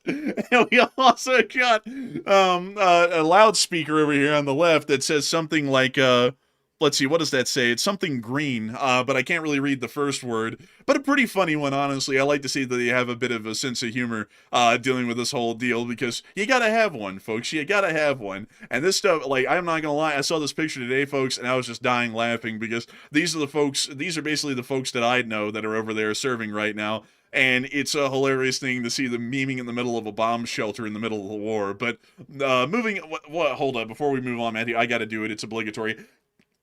Give it up for day 15. Give it up for day 15. Man, I'll tell you what. They got good skills in drawing. I couldn't have ever drawn a Mr. Krabs quite like that. That's pretty solid right there. They can go work for a Nickelodeon after this is over with. Straight up, man. Honestly. But moving us on out of that whole deal in Kuwait, it also appears that they may have not just come under attack in the Middle East at some of these bases from, say, rockets and drones. Apparently, we're now hearing that, according to an American NBC report citing newly disclosed Pentagon data shared with U.S. officials, that in the early days of the war, the Islamic Republic of Iran's Air Force F-5E Tiger II, pictured here, apparently managed to actually fly into Kuwait and strike the U.S. Camp Buhring inside of the country with a direct rocket or bomb attack. No. Are we talking about the same F5 that I'm familiar with? Are we talking about the same one? Yeah, this We're one. talking about an F5. We're talking about the janky Iranian F5 struck Camp Buhring. We're talking how? We're not talking this. We're not talking this. We're talking about this. No. How? I mean, how though? It's like we have air defenses. How the hell does this thing get through? I guess it just flew incredibly low at high speed, and then it just kind of lifted up and maybe tried to conduct a rocket attack on the airfield. But apparently, folks, an F-5 actually did attack Camp Buhring in Kuwait in the very opening days of the war, which also, folks, when you think about that, that now lets us know why that Kuwaiti F-18 shot down all of those F-15s on accident. Because now knowing this information, Iranian aircraft had actually penetrated Kuwaiti airspace prior to that and had actually attacked facilities on the ground. So the Kuwaitis could have, now you can see the environment that led to that friendly fire incident happening, because they actually did believe that there could be Iranian aircraft in Kuwaiti airspace because they had already done it before. Yeah, that now explains it. Actually makes a lot of sense now. But the catch is, though, it's like they what did they shoot at? Like several of our jets, actually. Like, they shot at several of them. So there was still a radio communications error that led to that. But I mean, an F-5 attacking our base. I mean, honestly, this is a little embarrassing. I can kind of understand why they tried to cover this one up, because, I mean, isn't this a trainer aircraft? It's not a trainer aircraft, Matthew. It's more than that. It's our light export aircraft from the 60s. Yeah, also, by the way, I hate to make the reference, but I have to do it. This is a Bezra in GTA 5, by the way. It's literally like, this is, I had to make the reference. I apologize ahead of time. I'm, as you can tell, I'm of the same age of those soldiers that are currently writing SpongeBob on the wall. But as you can see, though, I mean, this thing's not exactly something that's what you'd call a formidable fighter by any means. So it's a little kind of embarrassing that it got through and was able to hit something. And also, by the way, it's like the U.S. is covering up stuff like crazy. It's like, so you're telling me an F-5, this little rinky-dink thing, got through, it struck Camp Buring, and our air defenses didn't take it out. Also, on top of that, apparently they've tried to cover up several attacks on our bases across the Middle East, and apparently they've done a pretty good job of it, as we haven't seen all the damage from it. So there's a lot more here than we've been told about. Yeah, it does appear that that is the case. And also, by the way, folks, this thing was first introduced into any sort of service in 1964. At least the first iterations of the F-5, which would be the F-5A, which was used in some testing in Vietnam. And then we developed the F-5C, which was a slightly improved variant. And then that one started to be rolled out for export markets, along with the F-5E and a couple of other variants that were fairly popular in their time. But this is a fairly old aircraft at this point, ancient by most metrics, and also not even capable of conducting really any modern actions at all, for that matter. The best missile that this thing can carry in reality is about an AIM-9, which is a short-range dogfighting missile. We also understand that its ability to carry any kind of ordnance is also low as well. You know, it's a pretty neat-looking one, and I know I just saw one digital watcher say, it looks okay. And look, it doesn't look that bad, because this thing is actually the bone structure, basically, that then made the F-16 and the F-18 possible, is what they learned from this one in building it, and then they went on to make the F-18 and the F-16 using a lot of the aerodynamics, airfoil, and airframe design that they learned from the F-5 Tiger here. So it's not a bad plane. It did lead on to some of the most prolific and famous aircraft that have ever been used in the U.S. arsenal. But as far as this one being used against us, I mean, this thing is quite literally ancient. I mean, here, let me go see if I can get you one of the... Here's one of the original pictures from the rollout of this thing. This is from Star Trek original series era cameras right here that this picture was taken on. Yeah, honestly, that's a pretty baller photo right there, actually. For the time period, it looks pretty nice, but obviously it's sort of outdated. Let's see. Oh yeah, here's one of the first pictures ever made of it, of the F-5A. But let me see if I can show you some of them that were left in modern service. Let's see here. Oh yeah, Malaysia still has a few that they run, but not a lot of them. I mean, you know, not a whole lot of them. And let's see here. Anyone else that still runs these? Oh yeah, Singapore, I think, still runs a handful of them. But I mean, it's a nation state, like it's a city-state sort of a country, so, you know, that kind of would make sense. But not really a lot of people run these things anymore, and if they do, they're trainers. The Iranians are basically one of the last countries left that runs these in combat service. So a little bit interesting to hear that they conducted an attack on Camp Buhring in Kuwait with one of these. But we also were able to hear, moving us on out of that news, that there was some significant aerial activity today by our tankers in the Middle East. Quite a lot of them. A lot of KC-135s and KC-46s. A little blend, if they would call it, if they'd be so earnest to admit. We've also been able to see that as well there was a large amount of U.S. tankers that were present near to the Avda air base near Eilat, which we saw in these pictures here. These pictures look to have been taken by a ground service member. Well, we don't know who took it. We're not snitching. We don't know who took this photo right here. It could have been anybody. It could have been the garbage man. It could have been an air traffic controller. It could have been like a bear. I mean, a bear could have been walking past for all we know. You know, everybody's got cell phones these days. You can get one for free if you have to get one. It could have been anybody. do you know the Muffin Man? The Muffin Man? The Muffin Man! But anyways, you know, you could have taken the picture too. I mean, you never know. But also, moving us on out of that, we were able to hear that there was some jet activity over northern Iraq tonight as well. We don't really have any more information than that alone on that situation, which happened a few hours before we went on air. And also, we were able to hear, folks, that the U.S. did seize another Iranian vessel today within the Indian Ocean, or the Arabian Sea more so, which is up here in this area of the Indian Ocean. Now, all this is fine and dandy, of course, and I'm sure, folks, that we're finally ironing out peace in the Middle East. Well, not quite. The Israelis bombed Hezbollah in Lebanon today. Man, that was a hard one for them to do. They had to wait, folks, for like 5 days before they did this again. I mean, that was a lot of restraint. So they did bomb Lebanon again, and they are bombing Hezbollah. And if y'all are wondering, yes, this is a violation of the ceasefire. Not to say that Hezbollah hasn't already broken it twice at this point, but the Israelis are, you know, going back in and bombing Hezbollah, which is clearly a violation of the ceasefire. They're bombing sovereign Lebanese territory. and they're also bombing Hezbollah as well. So it looks like they've gotten back to the whole business of making war.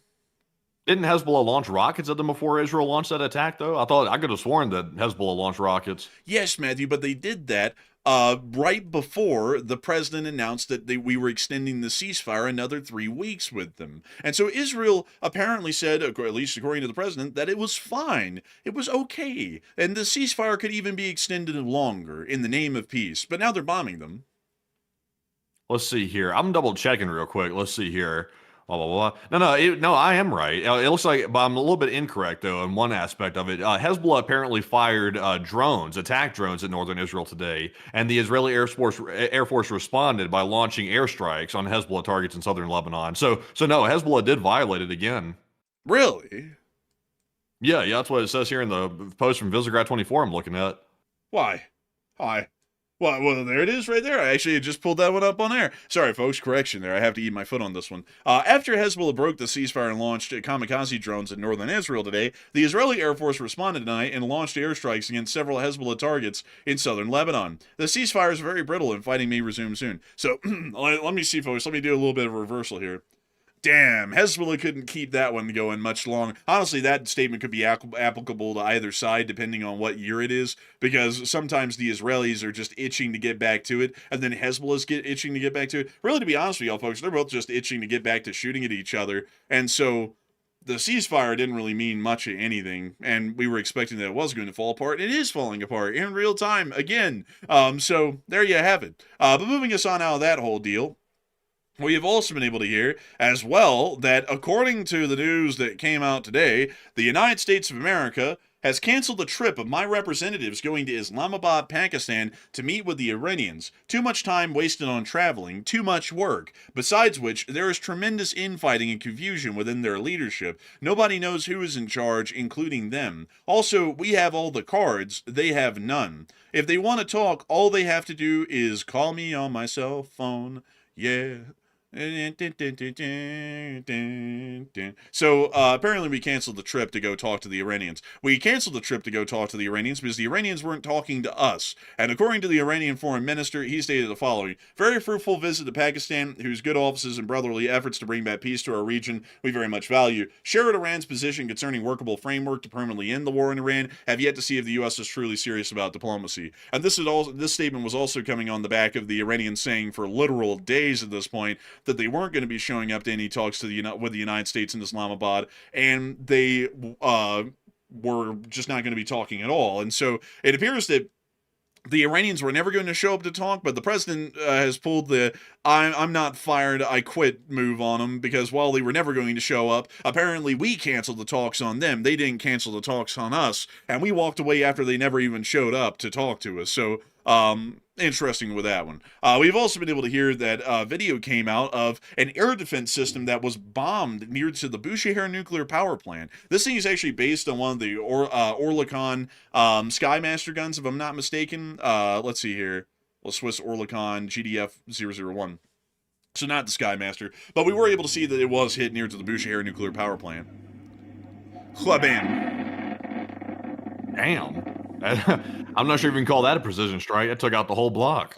Man, it was precise. It took out the whole zip code. Exactly what it was supposed to do. Nothing more, nothing less. We also got to see that Also, by the way, I hate to interrupt here, by the way, but apparently a picture of Wolf Blitzer has come out. And also, I told you earlier that apparently Wolf Blitzer was in, stomping distance of the lunatic that showed up tonight. He looks freaked out like crazy. This dude looks like he's been through it. Obviously, he has, but apparently he was right next to the dude who was doing the shooting. You can take a look at it, by the way. It's on the Twitter. You can see him there looking there he is right there, looking very freaked out right there. Looks like he's had a little bit of a long night, to say the least. So he didn't get hit, apparently. Apparently he just stood there and jumped down, apparently, once it started happening. I got to tell you, that's got to be pretty jarring to be in the middle of a correspondence dinner and then have some guy shooting a rifle right next to your ear, basically. That's got to be something else. So a good thing to hear that he's all right. Good thing to hear that generally nobody was really wounded, rather than the guy who's been apprehended with the rifle. But he certainly does look like he's been through a night. You know, I gotta say, folks, this guy kind of has a curse in a bit of a morbid way. Every time this guy tries to get away from running the show, the Wolf Blitzer show at CNN, something always happens where he either has to come back or something happens wherever he went to where he's basically on the job anyways. I feel sorry for the guy. It's like he literally just doesn't get a day off work, really, because he's always having to be called back because he's the main anchor, or this stuff happens.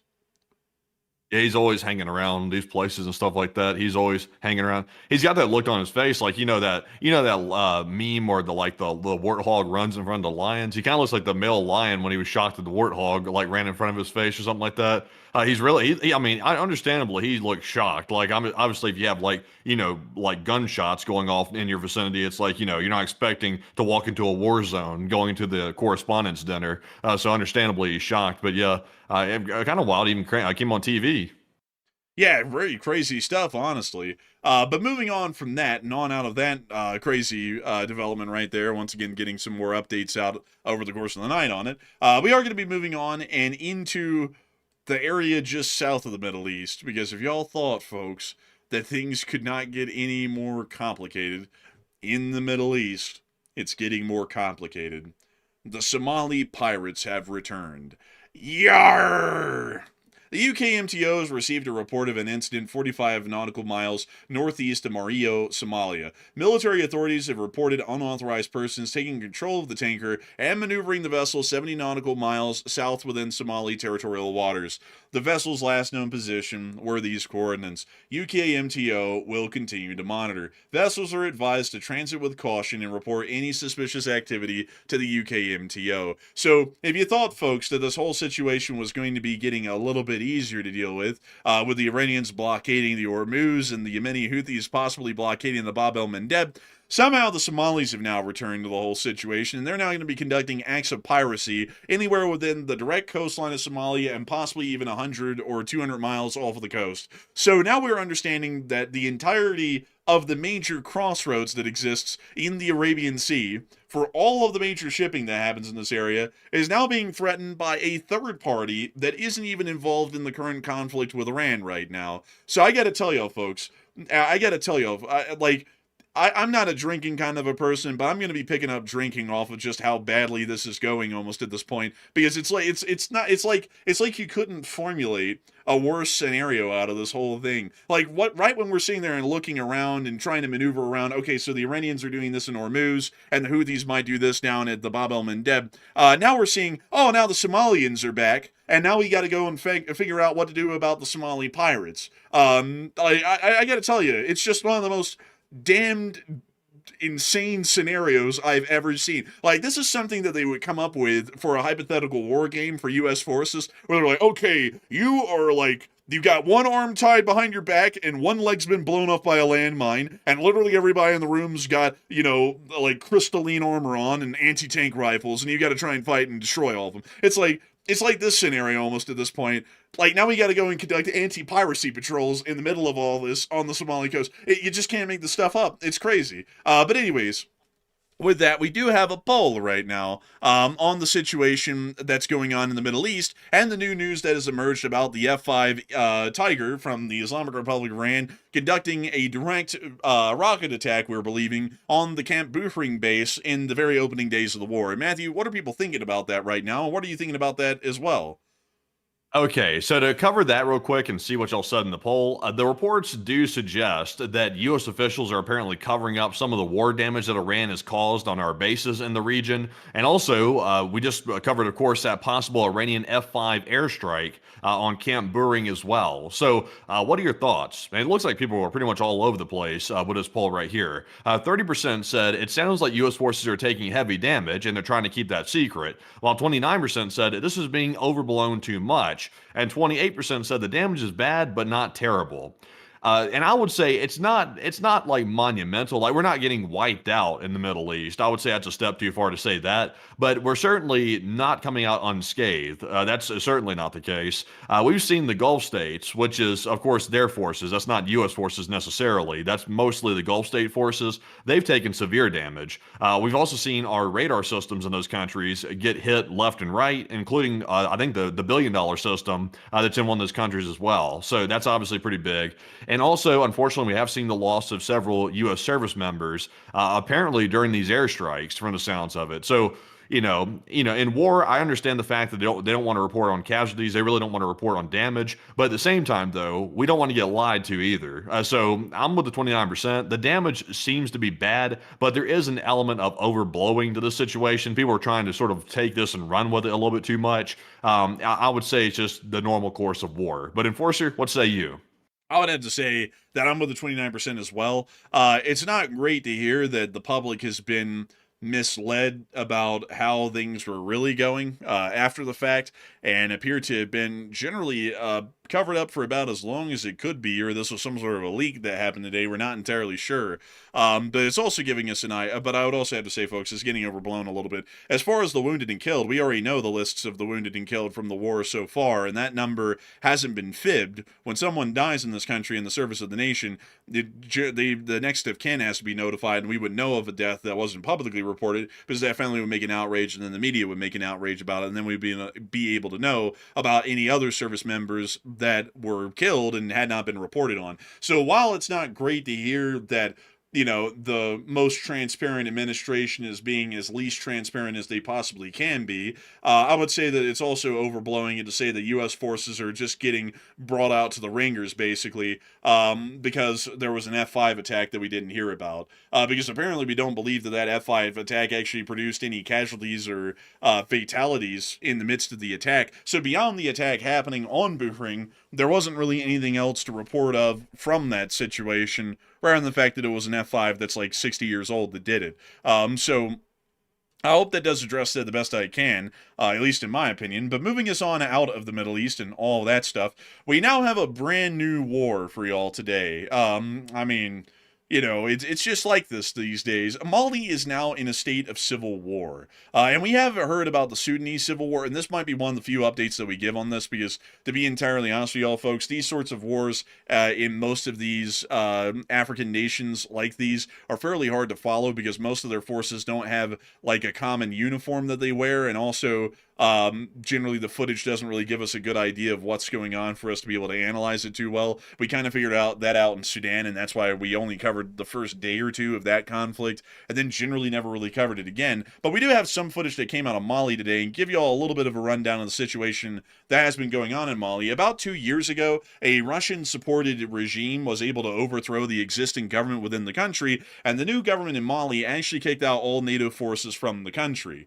For the next 2 years after that, leading up till now, that government was able to run the country. But it appears that there is some sort of significant uprising that's now happened today against the central government, which is Russian aligned, by another group that's now attempting to seize power inside of the country. News emerged that they started to move on the capital of Bamako today within southwestern Mali, and we were able to see that in this footage here. Oh, jeez.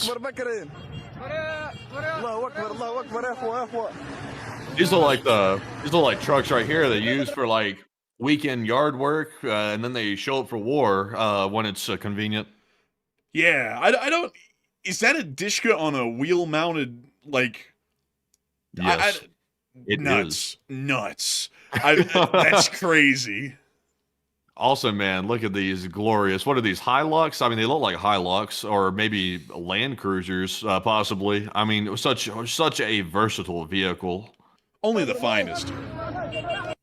But they then started to make their way into the capital of Bamako, which we were then able to see here in this clip as well. So you see them riding in on their motorcycles with the technical in the back.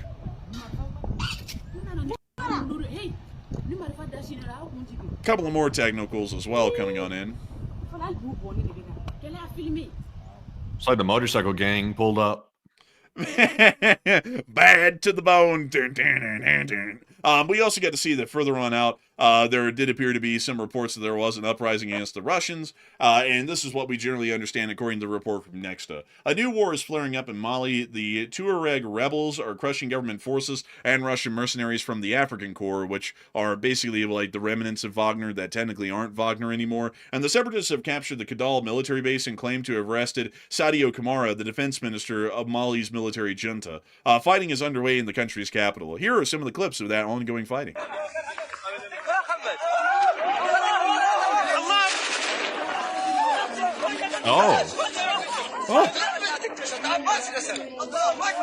Notice the technique here. Notice the technique. Let me have a moment here. Notice the technique here, good sir.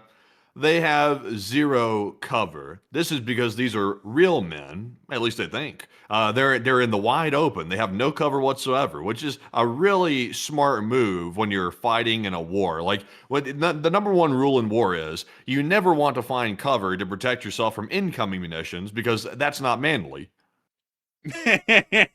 Dude, these guys said, okay, everyone, let's create a line, and when we shoot off the gush gun, we'll all throw up our hands and cheer in wide open fields, right in the line of enemy fire. Smart idea. Very good idea.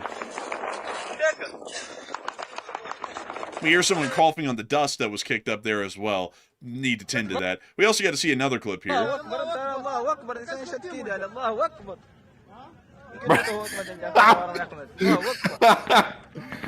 Man, I mean, yeah, it's got to be something else. I mean, they got to eventually say something of substance. You can't just keep saying that over and over and over. It's like, eventually you have to say, like, a sentence with words in it. Like, you can't just say the phrase over and over and over.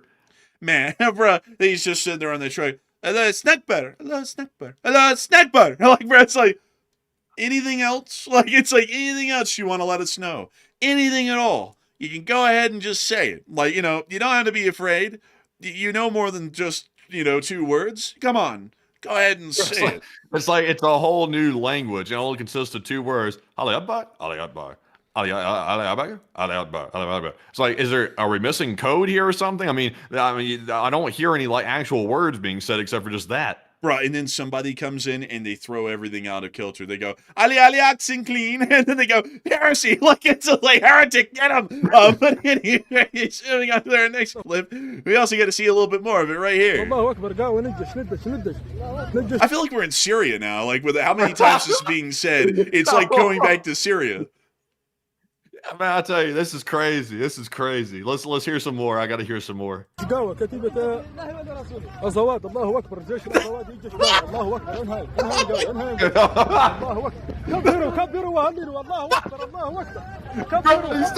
it.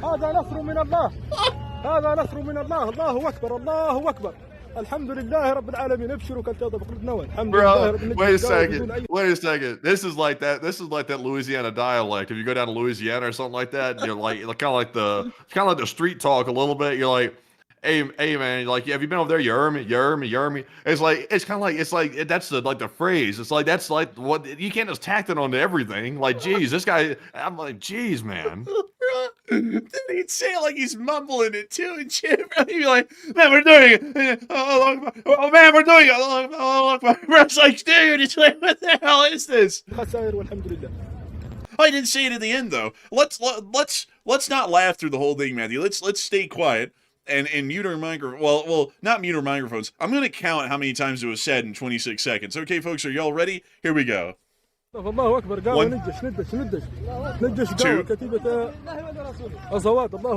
3,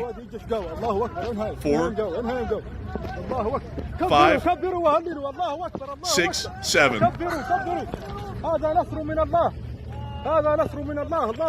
8, 9.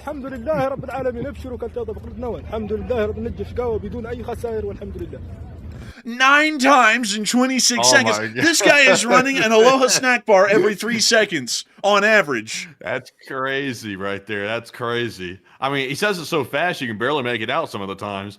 Man, that is insane. Like, I gotta say, folks, I've never heard that phrase said so frequently in any other place in the world but Syria. Like, nowhere else in the world. This is news. But anyways, it's time to move on to this clip. Let us get our counters out and ready, folks, and let's go. 1, 2, 3, 4, 5, 6, 7, 8, 9, 10. He averaged Jeez. 10 of them in 16 seconds.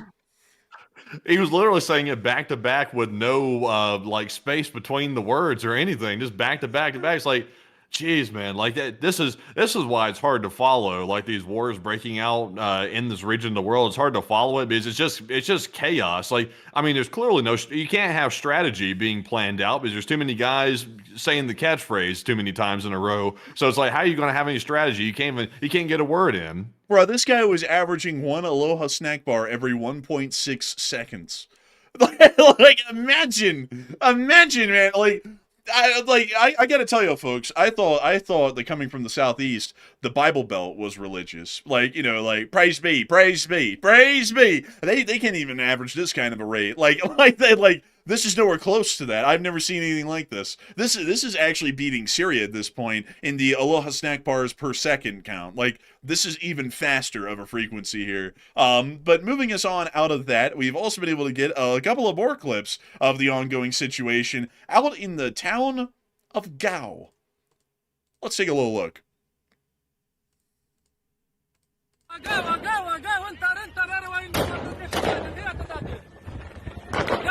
Oh, a drive-by.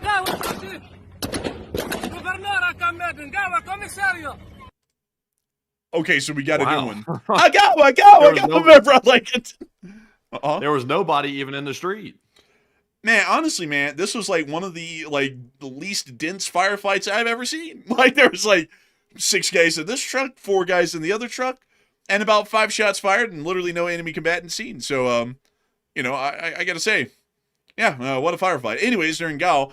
So we know that they're in the capital, and we know that they're in Gao, and we also know that they've arrested the top government official. So to be entirely honest with y'all, I'm not really expecting this one to last too much longer. We'll probably see some limited resistance over the next several days, and then a new government will be formed, because it looks like this coup had a pretty good start, so it might have been able to shut this whole thing down basically from the onset. But moving us on out of Mali and all that stuff that's going on there, we've also been able to hear that in the United States of America, we've gotten an update on the current situation.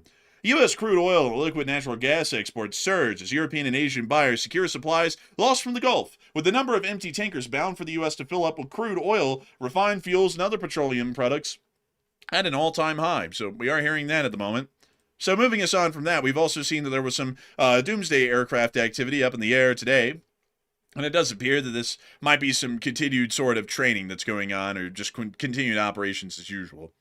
Well, moving us on from that and on over into Europe, it's now time for us to finally return back to the front lines of Ukraine, because we have a lot of news to cover coming on out of Ukraine. Let's get us into an air defense clip, starting us off strong. Get him, boy! Get him! Oppa! Oh, dang. Oh, that was close. That was. Man, wait a minute, hang on, man. Did someone pay $2 for a ban?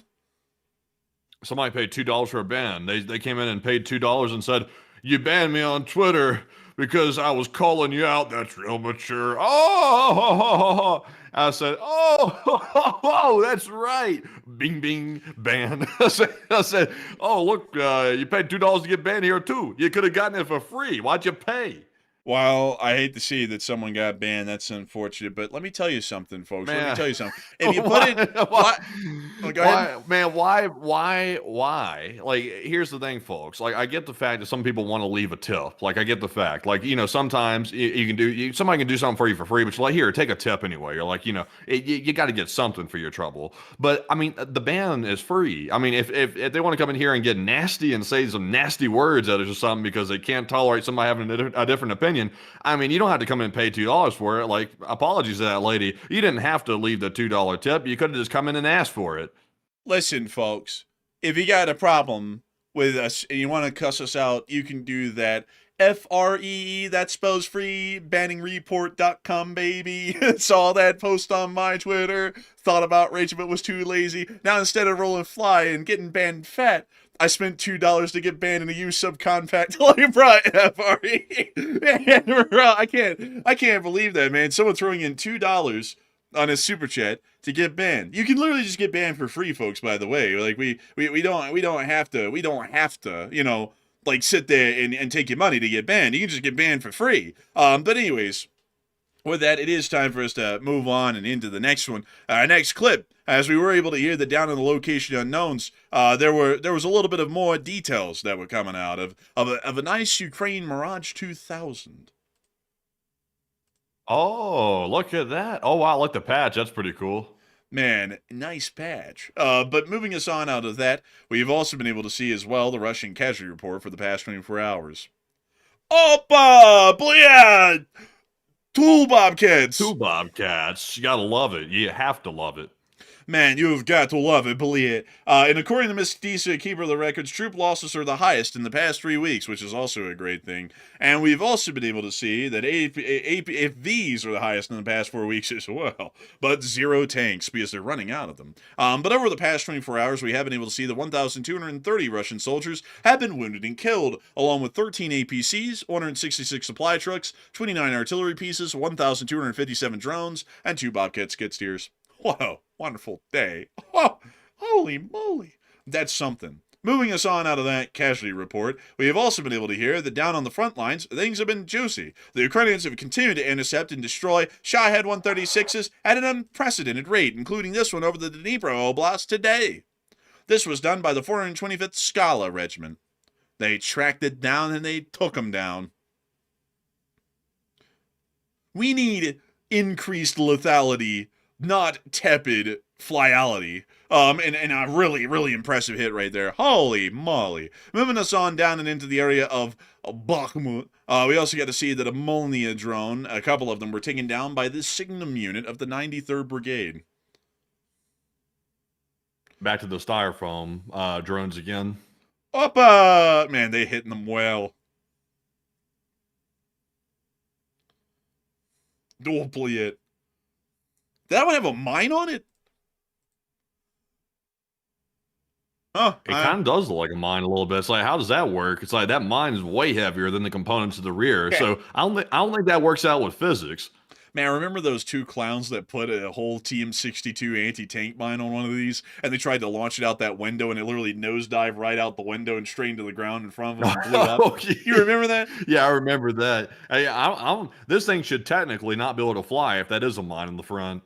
Man, I think it's like some sort of like I don't think it's mine. It's got to be something lightweight because these things can't handle any extra weight at all. They get completely thrown off as far as center of balance. And I mean, the Ukrainians, the Signum unit has literally been wiping out dozens of these things, an endless supply of them, basically. What if they were just like running the tape back like a million times over?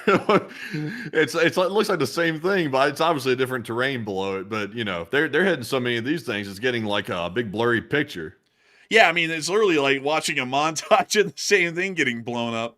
Also, Tab of the Silver said, "Are you saying Opa?" Yes, I'm saying Opa, like Opa Blie, but I'm cutting it down to Opa because maybe they heard the song and it like got stuck in my head, or it's like Opa, and like that got stuck in my head. So I say that a lot these days.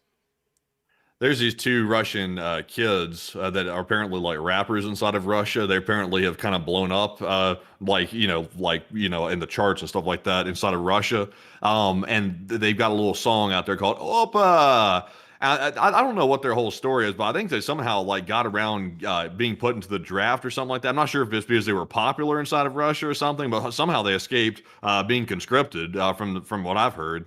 Probably some government officials' kids, maybe. Like, those are the people who kind of I don't know about that. I mean, they don't exactly look like a senator's son. Let's just put it that way. They kind of look like they came from the street. Man, you never know. Like in Russia, you never know. But we were able to see that the Ivan Franco group was also doing its work behind the lines today on the Russian logistics and Russian logistics forces.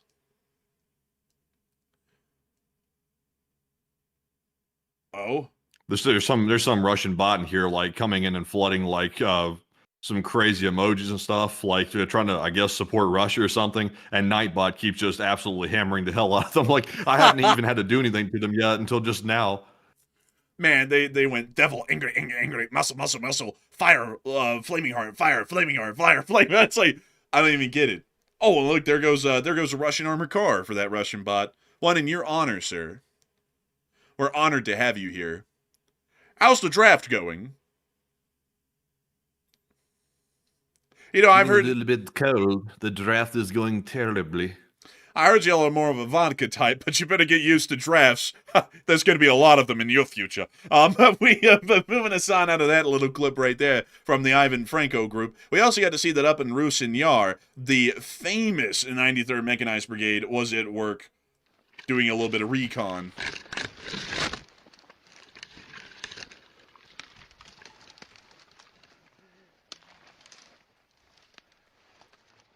This is some hell of recon right here. Ой, блядь, ногти треба постригти, це пізда. Натирають пізда його. Я її в рот їбав. Давай, давай, давай, синочок. Поплили, по полбутилки взяли з собою, пошли. Кілометрів 5. Сейчас сядемо, отдихнем трохи, блядь. What are they Молния saying? летить, давай быстрей. That was something about like, hurry up, we gotta go kind of deal.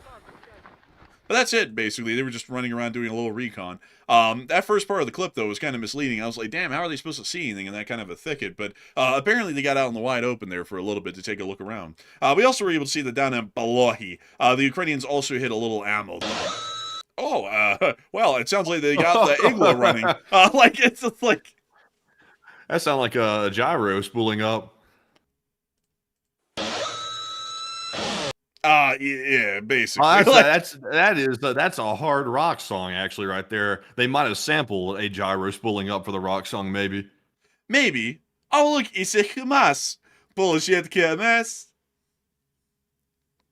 And also, my lady Lily said, you know, Ukrainian too, some phrases here and there. Oh, and the Ukrainians just blew the place up. Oh, well, what do you know? They're quick with that one. Oh, there's some little ammo cooking up there. Opa.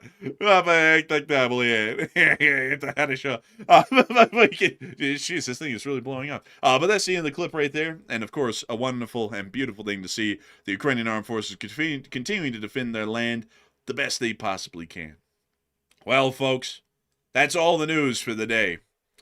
So I got to thank you all once again for watching. What do y'all expect here? A speech or something? There's no speech from Zelensky. He's been busy. He's been wandering around the world to like the Middle East and everything. But outside of that, though, a lot of people are talking about a little poll that we've thrown in before we move on into our question segment here, and before I do that full segue, because the U.S. has canceled talks in Pakistan with Iranian officials and told reporters to come home, which I didn't cover in the news today. But a lot of people have been putting in their thoughts. I did cover, by the way, folks, just to clarify that, the whole, we didn't talk with Pakistan, they didn't talk with us.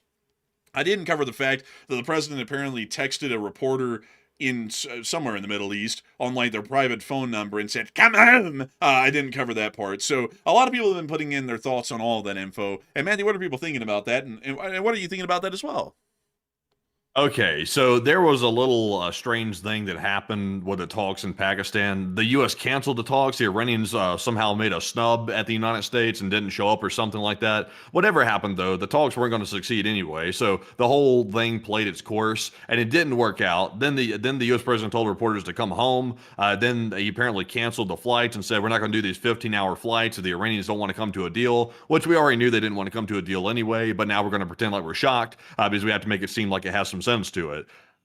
Okay, somebody's apparently getting attacked somewhere. But anyways, though, I'm going to let that go, and I'll find out what's happening about that later. But we also see here, somebody getting mauled outside. I'm not in bear country where I live, but so hope for the best. But anyways, though, getting to the poll here, it looks like 42% said attacks will start tomorrow or later, meaning attacks on Iran. 29% said attacks to start when forces arrive, and 19% said the USA will wait for Iran to call back on the cell phone.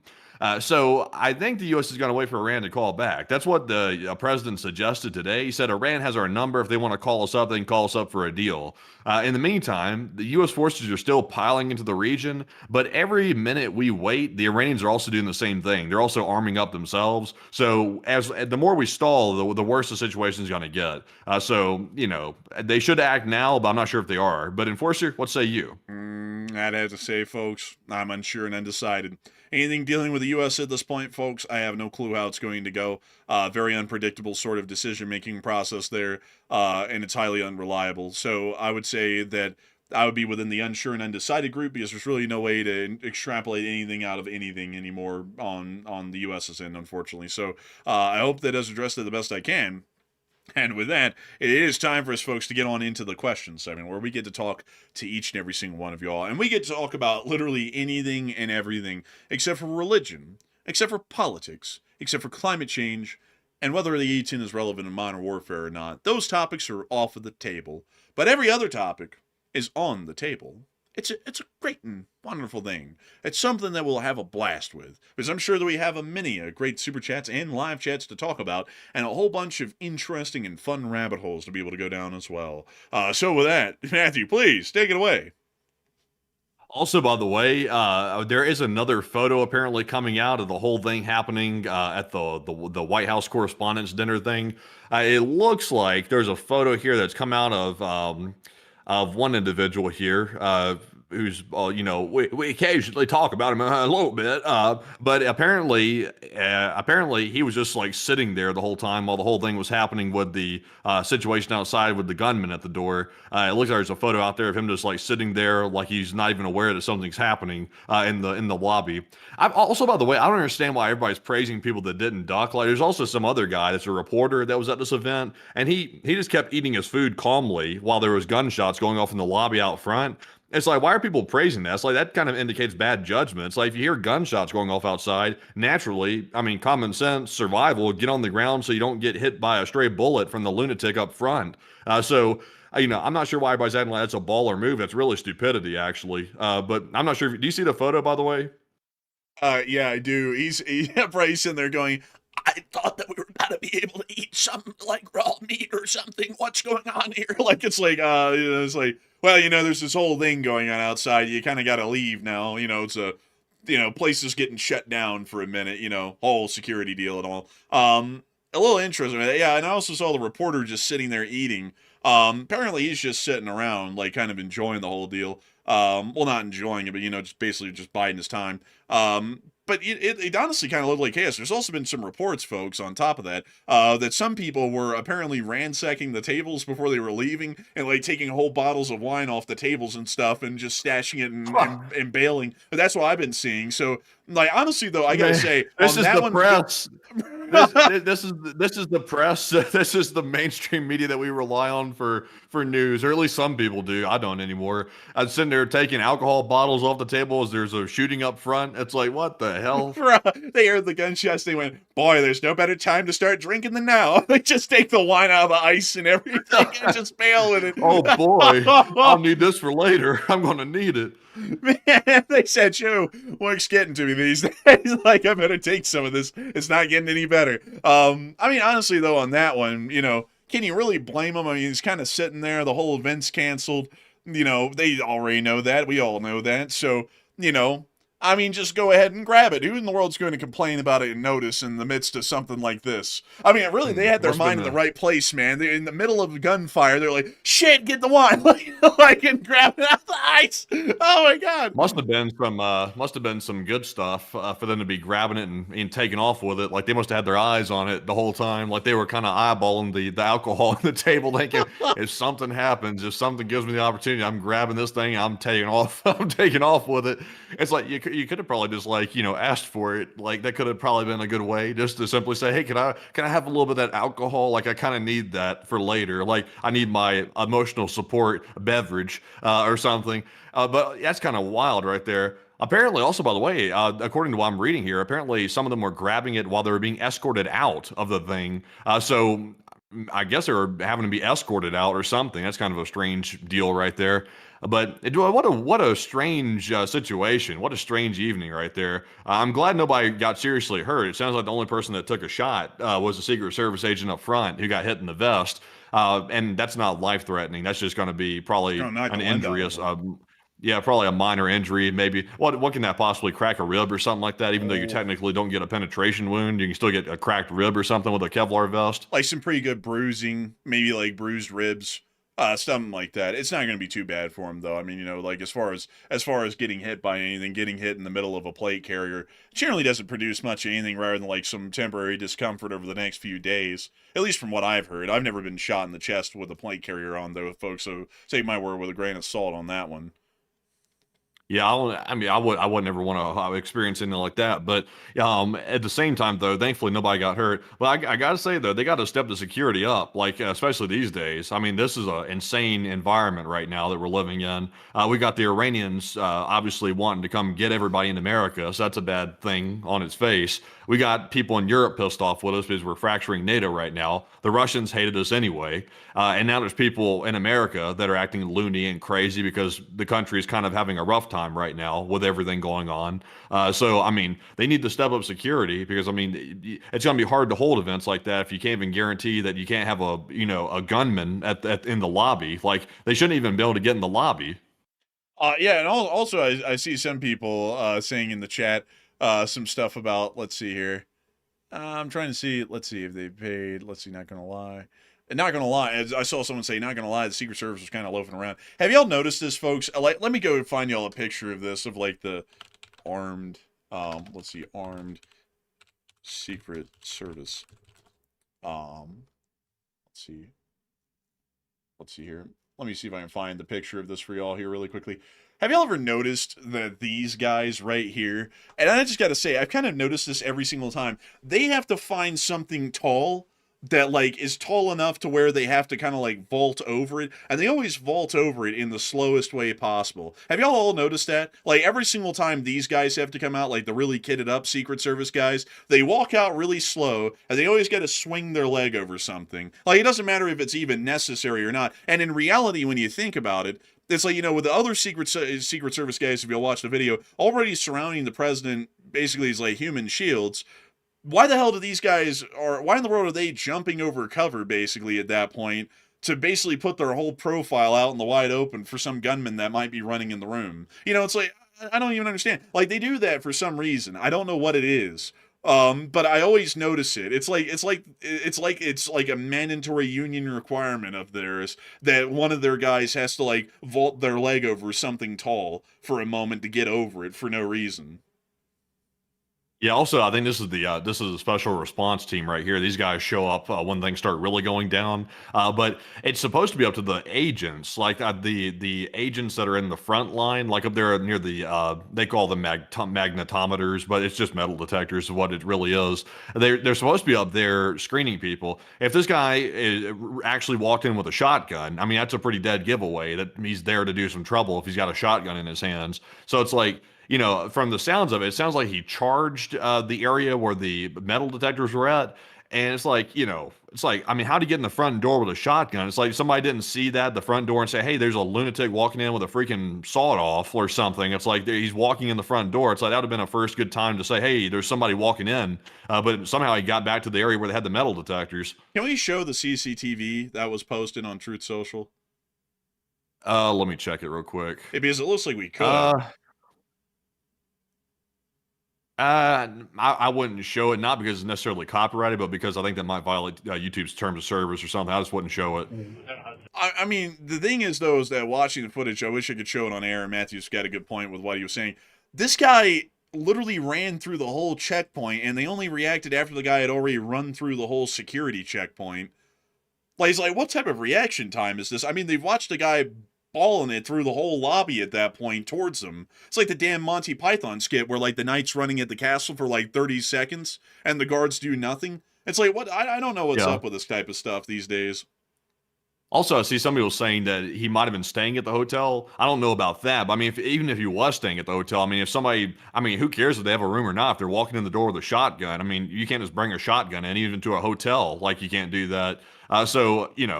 I mean, that's already a little bit sketchy. It's just, I think people are getting too lax, and it's surprising that security is so lax right now, because it's like we know how much is going on in the world. It's like it's chaos right now, and there's wars breaking out everywhere. There's lunatics feeling emboldened to do stuff like this.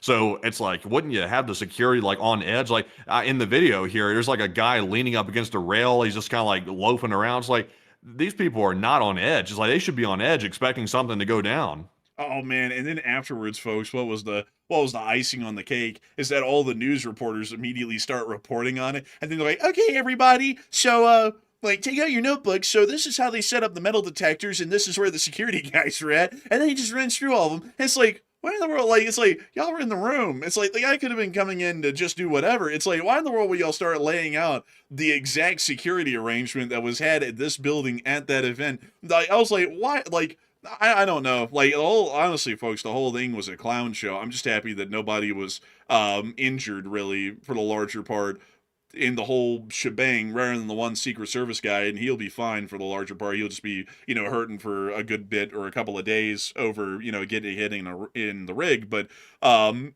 Yeah. I was like, what the hell is this circus going on out here?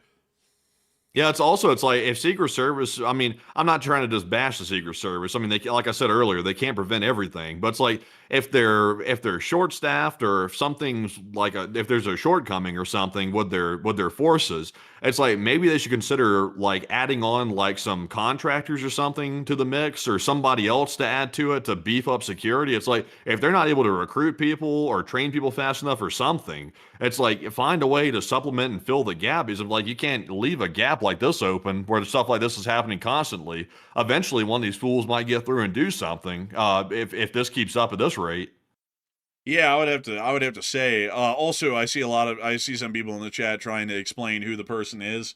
Don't go off of that right now, folks. I mean, after the whole thing that happened in Orem last year, they said it was like 5 different people before they found the guy that they were still claiming it was. So I wouldn't be trying to spread the news of who someone is or anything right now who was doing this, because that information might be completely wrong, and an innocent person might have their whole reputation dragged through the mud, and they weren't even there and they didn't even do anything, and yet everyone's got their name and is running with it right now. So I don't really encourage folks running around right now throwing out the name of who it was, because we're not exactly sure yet. And before someone says, well, law enforcement's saying it, yeah, when the whole thing happened here in Utah last year, law enforcement said that it was 5 different people that were responsible for that assassination, and then they had to backtrack that later and go, actually, it's not that guy, it's probably this guy, and then they come up with a whole new name and a face, and then it wasn't that person either, and 5 people had their names just dragged through the mud, and everything else in between, because they kept on naming off the wrong people time and time again. So I wouldn't go around saying someone's name right now, because that could just be some random person at this point. Might not even be the guy that they have in custody. But anyways, I hope that does address that well. Pretty crazy thing that happened nonetheless. And with that, it is time for us to move on and into the rest of our questions for the night. So Matthew, what do we got? So jumping into our first super chat, the last segment here, this one goes to Cerebrus3, who puts in a very generous $100 support. And thank you very much, Cerebrus, for that very generous support. We do appreciate that. He said, I wanted to say thank you for the channel and no spin. And channels like this helped me handle the world for the past 2 years without the doom. And thanks to that, I got myself to a great point, and now I have had means to support my local community and fellow vets in my area, and keep at it. Oh, wow. And thank you so much for the incredibly huge support, Cerebrus3. And I love to hear that we were able to make things a lot easier to handle. I like to cover the news here on this channel. And Matthew does too, to where we can kind of explain that things are going good or they're falling apart, and kind of make it, kind of present it in a way to where it doesn't feel crushing no matter what's going on. And I hope that we've been able to do that well for everyone, and I'm glad to hear that we've been able to do it to great effect for you, Cerebrus3, because I love to know that we're able to get everyone the news, but also make sure that they're not completely overwhelmed with the news that's coming out every day, because it is what it is. And I mean, what are we going to do about it, and what are all of y'all going to do about it? Not much, but at this point, basically just sit around and watch it happen. So, if you got a way to cry through it or laugh through it, we're always going to pick laughing through it for the most part instead. And I got to say, a humongous thanks to you so much for the support. Thank you for the incredibly kind words, and we're really happy to hear that you're out there helping out your local community, your civic mindedness. That's a big thing to me. I like to think of people being very civic minded when it comes to being involved in their country and trying to do things for the better, helping out each other, and trying to advocate for things that would improve the common good of the people of the United States. And I'm glad to hear that you're out there doing that now. And so a huge thanks to you so much once again for support and helping this channel to keep it running. And huge thanks to you massively. I can't say it enough for that incredibly high praise and kind words. We cannot thank you enough for that. That means a whole load to us. And so a big thanks to you so much once again. And with that, we are on to the next one. We also have here a $28 support from Biolume Eater. And thank you very much, Biolume, for that $28 support. And we do appreciate that very much. And I do not see a comment attached to it. I was just double checking to make sure that there is not one. And I don't think there is on that one. And there's not. But thank you very much for that Canadian support right there. I see it as Canadian. And Enforcer, what say you? And I gotta thank you so much for the support, Biolume Eater. You like those bioluminescents, don't you? Those fireflies and everything. Don't eat them, though. They're getting endangered these days. But I do thank you incredibly for the support and helping this channel to keep on running. And if it wasn't for folks like you, we wouldn't be able to make this thing possible, and we wouldn't be able to keep it rolling. So a big thanks to you so much once again. And also, Matthew, do you want to tell the folks what we were out there doing today? We weren't eating bioluminescent creatures, but we were doing something out there real fun today. Man, I mean, we were out there doing something. I'm not sure if we can tell them, though. I mean, can we tell them? I mean, we could. I mean, you've already told them that you've done that one before. I mean, you know, you got to be careful these days about OPSEC, you know. I mean, sometimes, you know, you don't want to alert the bears to your location. I mean, so I've heard the bears listen to this stream from time to time, but I'm just joking, by the way. But we did hit a pretty big hike. I've already hit the hike, though. I already put a Patreon post out about it, but Enforcer went with me on the hike today, all the way up to South Mountain, 1,400 feet of elevation, out there near Harriman today. So it was a pretty neat hike. I got to see it for a second time. So it's pretty cool. I will admit, a pretty cool scene. And there's that like radio tower thing right there again. Yeah, look at that collapsed radio tower. Oh, and look at that. Oh, man, the mountains were covered in a load of snow in June, even in 2020. I mean, like, damn. Yeah, really. It's no snow this year. Yeah, basically none. Like, there's like a little icing up there. Let's see. Did the skyline change a whole lot over these years? Not really, honestly. Like, it kind of looks the same now this year as it did 5 or 6 years ago at this point. Man, that's crazy. 2020 was 6 years ago. Can you believe that, folks? It's been 6 years since COVID-19 and all that stuff that happened back then. Like, really weird to think about that. This was basically a whole different time in history. But, oh, wow, look at that. That was those mountains May. back there had some of that snow on it right there, you know, before, but it doesn't have any now on it, barely. Barely. This was in May of 2023, too. Dang, dude, there's like no snow anywhere at this point. Yeah, and also it's kind of warm too. It's like 65 degrees. It's not even cold enough for snow. Yeah, that's insane. I mean, like, oh wow, bro, that was that bear prints? Maybe. Bruh. Well, there's a smaller I told animal you with those them. bears were out there. Oh man, cubs, could be cubs. I told you those bears are out here. Man, but you just go around going, "Hello, bear," and then they run off. Hey bear, hey bear. Oh, look, dude, it's one of those polls. Where the hell was the Alexander Mormon Bell poll that we were talking about today? Where was that one? Like, they don't have a picture of it. Oh, what the hell? I don't know where that's at. I took a picture of it myself, but I don't have the picture handy. Damn, where is it?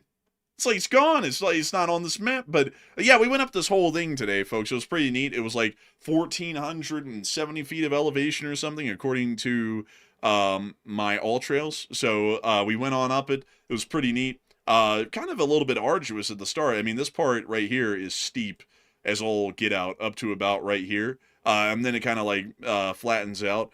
But yeah, I'm starting to handle it better, folks. I'm starting to get in shape to where I can start doing this stuff a lot easier. Because if I had tried this back when I first came out here, folks, I would have been dead as a doornail. Now this time I made it up to the top and all the way back down, and honestly, I feel fine. No wonderful thing that exercise does for you. It makes you feel a lot better doing more arduous exercise over time. Oh, look, there was the flag though, right here. There it is. Oh, there it is, right there. Look at that. I was wondering how in the world to get up to this thing today, but apparently you've got to take a trail over here. Oh, so you got to go down the Bonneville Shoreline Trail to here. Wait a minute. Isn't that the one that we went up? No, we went up this one over here, yeah, and then we went to here. So you'd have to go all the way down here and then up this way, because it doesn't really look like there's a trail that goes up there any other way that I can see. to this trail that we were on over here. So it was still really cool. It was a really cool little hike today. Really had a blast. Took some pictures up there. You know, it was a whole deal. And I was and we were booking it, folks. We were booking it, I tell you, up on that hike. I mean, I tell you, we got that done pretty quick for the elevation that was involved. But anyways, I hope that does tell you a little bit of what we did over the course of our day, because I always love to tell you all about the hikes and the outdoor adventures that we have in the great state of Utah. And so with that, it is time for us to move on and into the next one. We also have a $22 support from Craig Jones, and thank you, Craig, as well, for that 22. He said, I'll wait until Sunday so I can donate to the fund. Also, Enforcer Hiking Fund and buy a snake bite kit. I'm not buying no snake bite kit. I'm a man. I'm just going to tough it out and be a man. If I get bit by a snake, I'm just going to go, and then I'm like, it's nothing. Don't be a candy ass boy. Like, it's just like walking off. You should probably get bear spray at least bear spray, possibly a firearm as a backup or something, because you're walking into dangerous territory without any type of protection. Listen, Matthew, I'm a man, all right?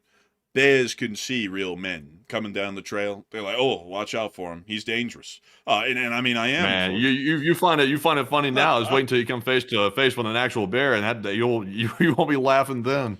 Man, I'll be laughing then. I'll be laughing up a storm because I'm gonna scare it. I'm gonna scare it off, man. I'm gonna have my wonderful 44 Magnum with me with a blank warning shot in the air. That thing is booking it. I can promise you that. No bear spray needed. Nothing needed.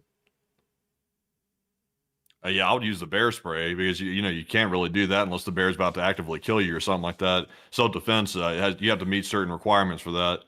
But a blank, firing it into the air, that's actually a crime. Oh, really? Yeah, it's a crime. Oh, well, all right, bear spray then it is. Like, I guess I thought you could do something like that with a blanket and all, but apparently not. I don't know how the reenactors do that whole deal of firing blanks off all over the place. They have permission. But on municipal property? Yeah, they get permission from the city, I'd imagine, before they have the event. Well, I suppose. I never thought about that. You're probably right on that. So it looks like I'll be getting folks a little bear spray, a little can, and trying to figure that one out. So I got to tell you, folks, that's something else right there. I thought warning shots were acceptable in this country, but apparently we live in the movie 1984, and apparently I live in Oceania. I didn't believe that we lived in such a tyrannical place where you couldn't fire off a warning shot here and there. But anyways, with that, I hope that does address that well, at least the best I can. And a big thanks to you for support for the Enforcer Hiking Fund. But I do want to make it clear, folks, that our fundraisers are always for a nonprofit on Sundays. There's never going to be a fundraiser for us on a Sunday. But a big thanks to you so much once again. I hope that does address that well. And with that, we are on to the next one. We also have here a $20 support from Jason C. And thank you, Jason, for that support. He said, "Are you guys veterans?" And no, we're not veterans. We have not served in the military. Our family served in the military. I am familiar with that whole environment, but I haven't. The closest I've come to it is probably one tour of Call of Duty Modern Warfare 2. But Enforcer, what say you? I always wanted to be a veterinarian, if that counts. I'm just playing, by the way. We're not veterans. Yeah, we want to take you to the vet. Man, look at that sick dog, man. But beyond that, I gotta say, I'm not a veteran. I haven't served. I'm not currently serving. And so yeah, I'm not a veteran. I'm just a guy. I'm just a silly little guy. And we get on here every day and we talk about what's going on around the world. And we try and use a little bit of our knowledge and education that we got to be able to give some good analysis on things that are going on around the world. So I hope that does address it the best I can. And a big thanks to you for support and helping this channel to keep it running. Because if it wasn't for folks like you, we wouldn't be able to make this thing possible and we wouldn't be able to keep it running. And so a big thanks to you so much once again. I hope that does address that well. And with that, we're on to the next one. We also have here a, let's see here. Let's see. Interesting.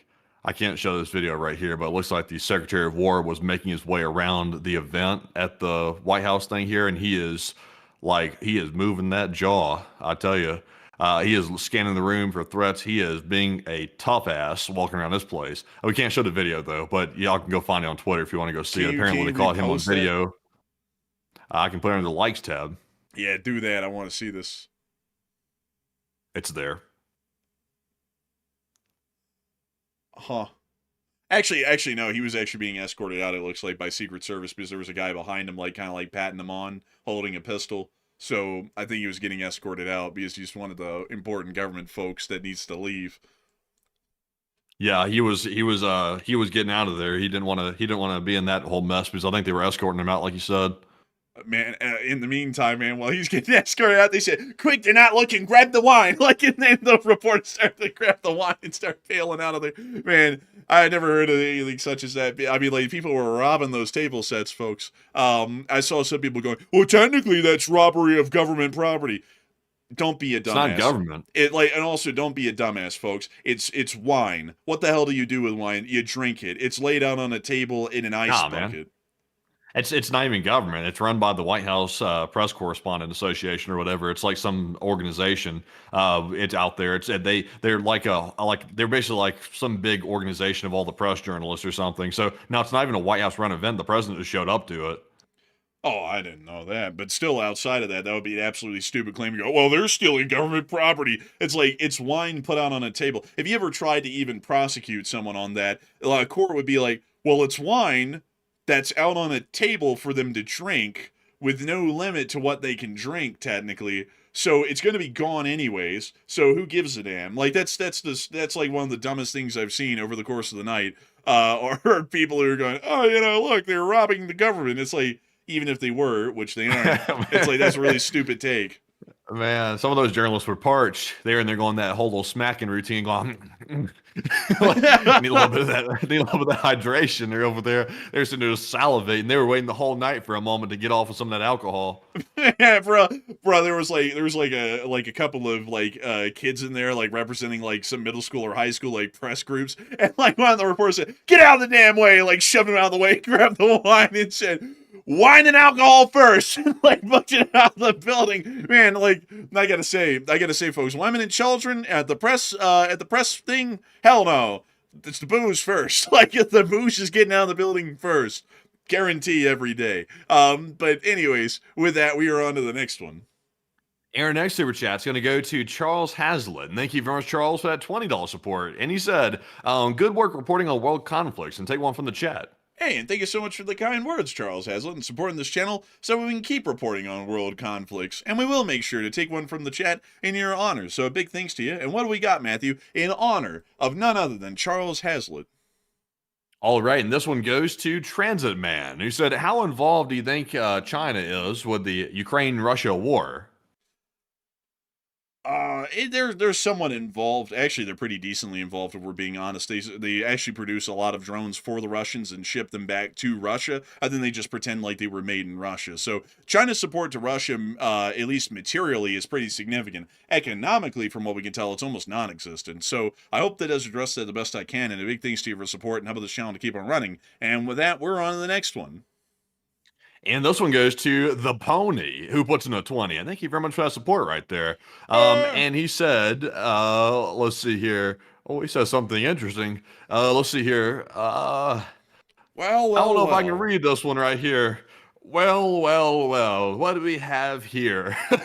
And I can't read this one, but thank you very much for that support, though. And Enforcer, what say you? I gotta thank you so much for the support, and I don't think we can read that one, but we're still appreciative of your support and helping this channel to keep on running. And with that, it's time for us to move on to the next. So I said, must have been some really good wine. Watch them and have like ripped the labels off the wine and stuff, and when they get back, they're like, ah, yes, I got that correspondence dinner wine. Pop, like, they pop it open. Let me take a drink. And then they spit it out. They're like, it's Grey Goose. Like, it's going to be like some like cheap bottom of the barrel kind of deal. Like, I don't know. Like, well, like, I honestly wonder what type of wine it really was, because these people were apparently grabbing it like it was some like hot business.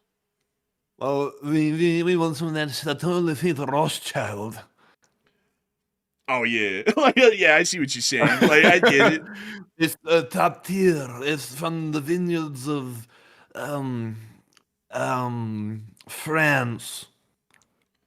Man, it probably It's actually in the name. Actually, though, if it's Chateau something, that's actually probably where it came from.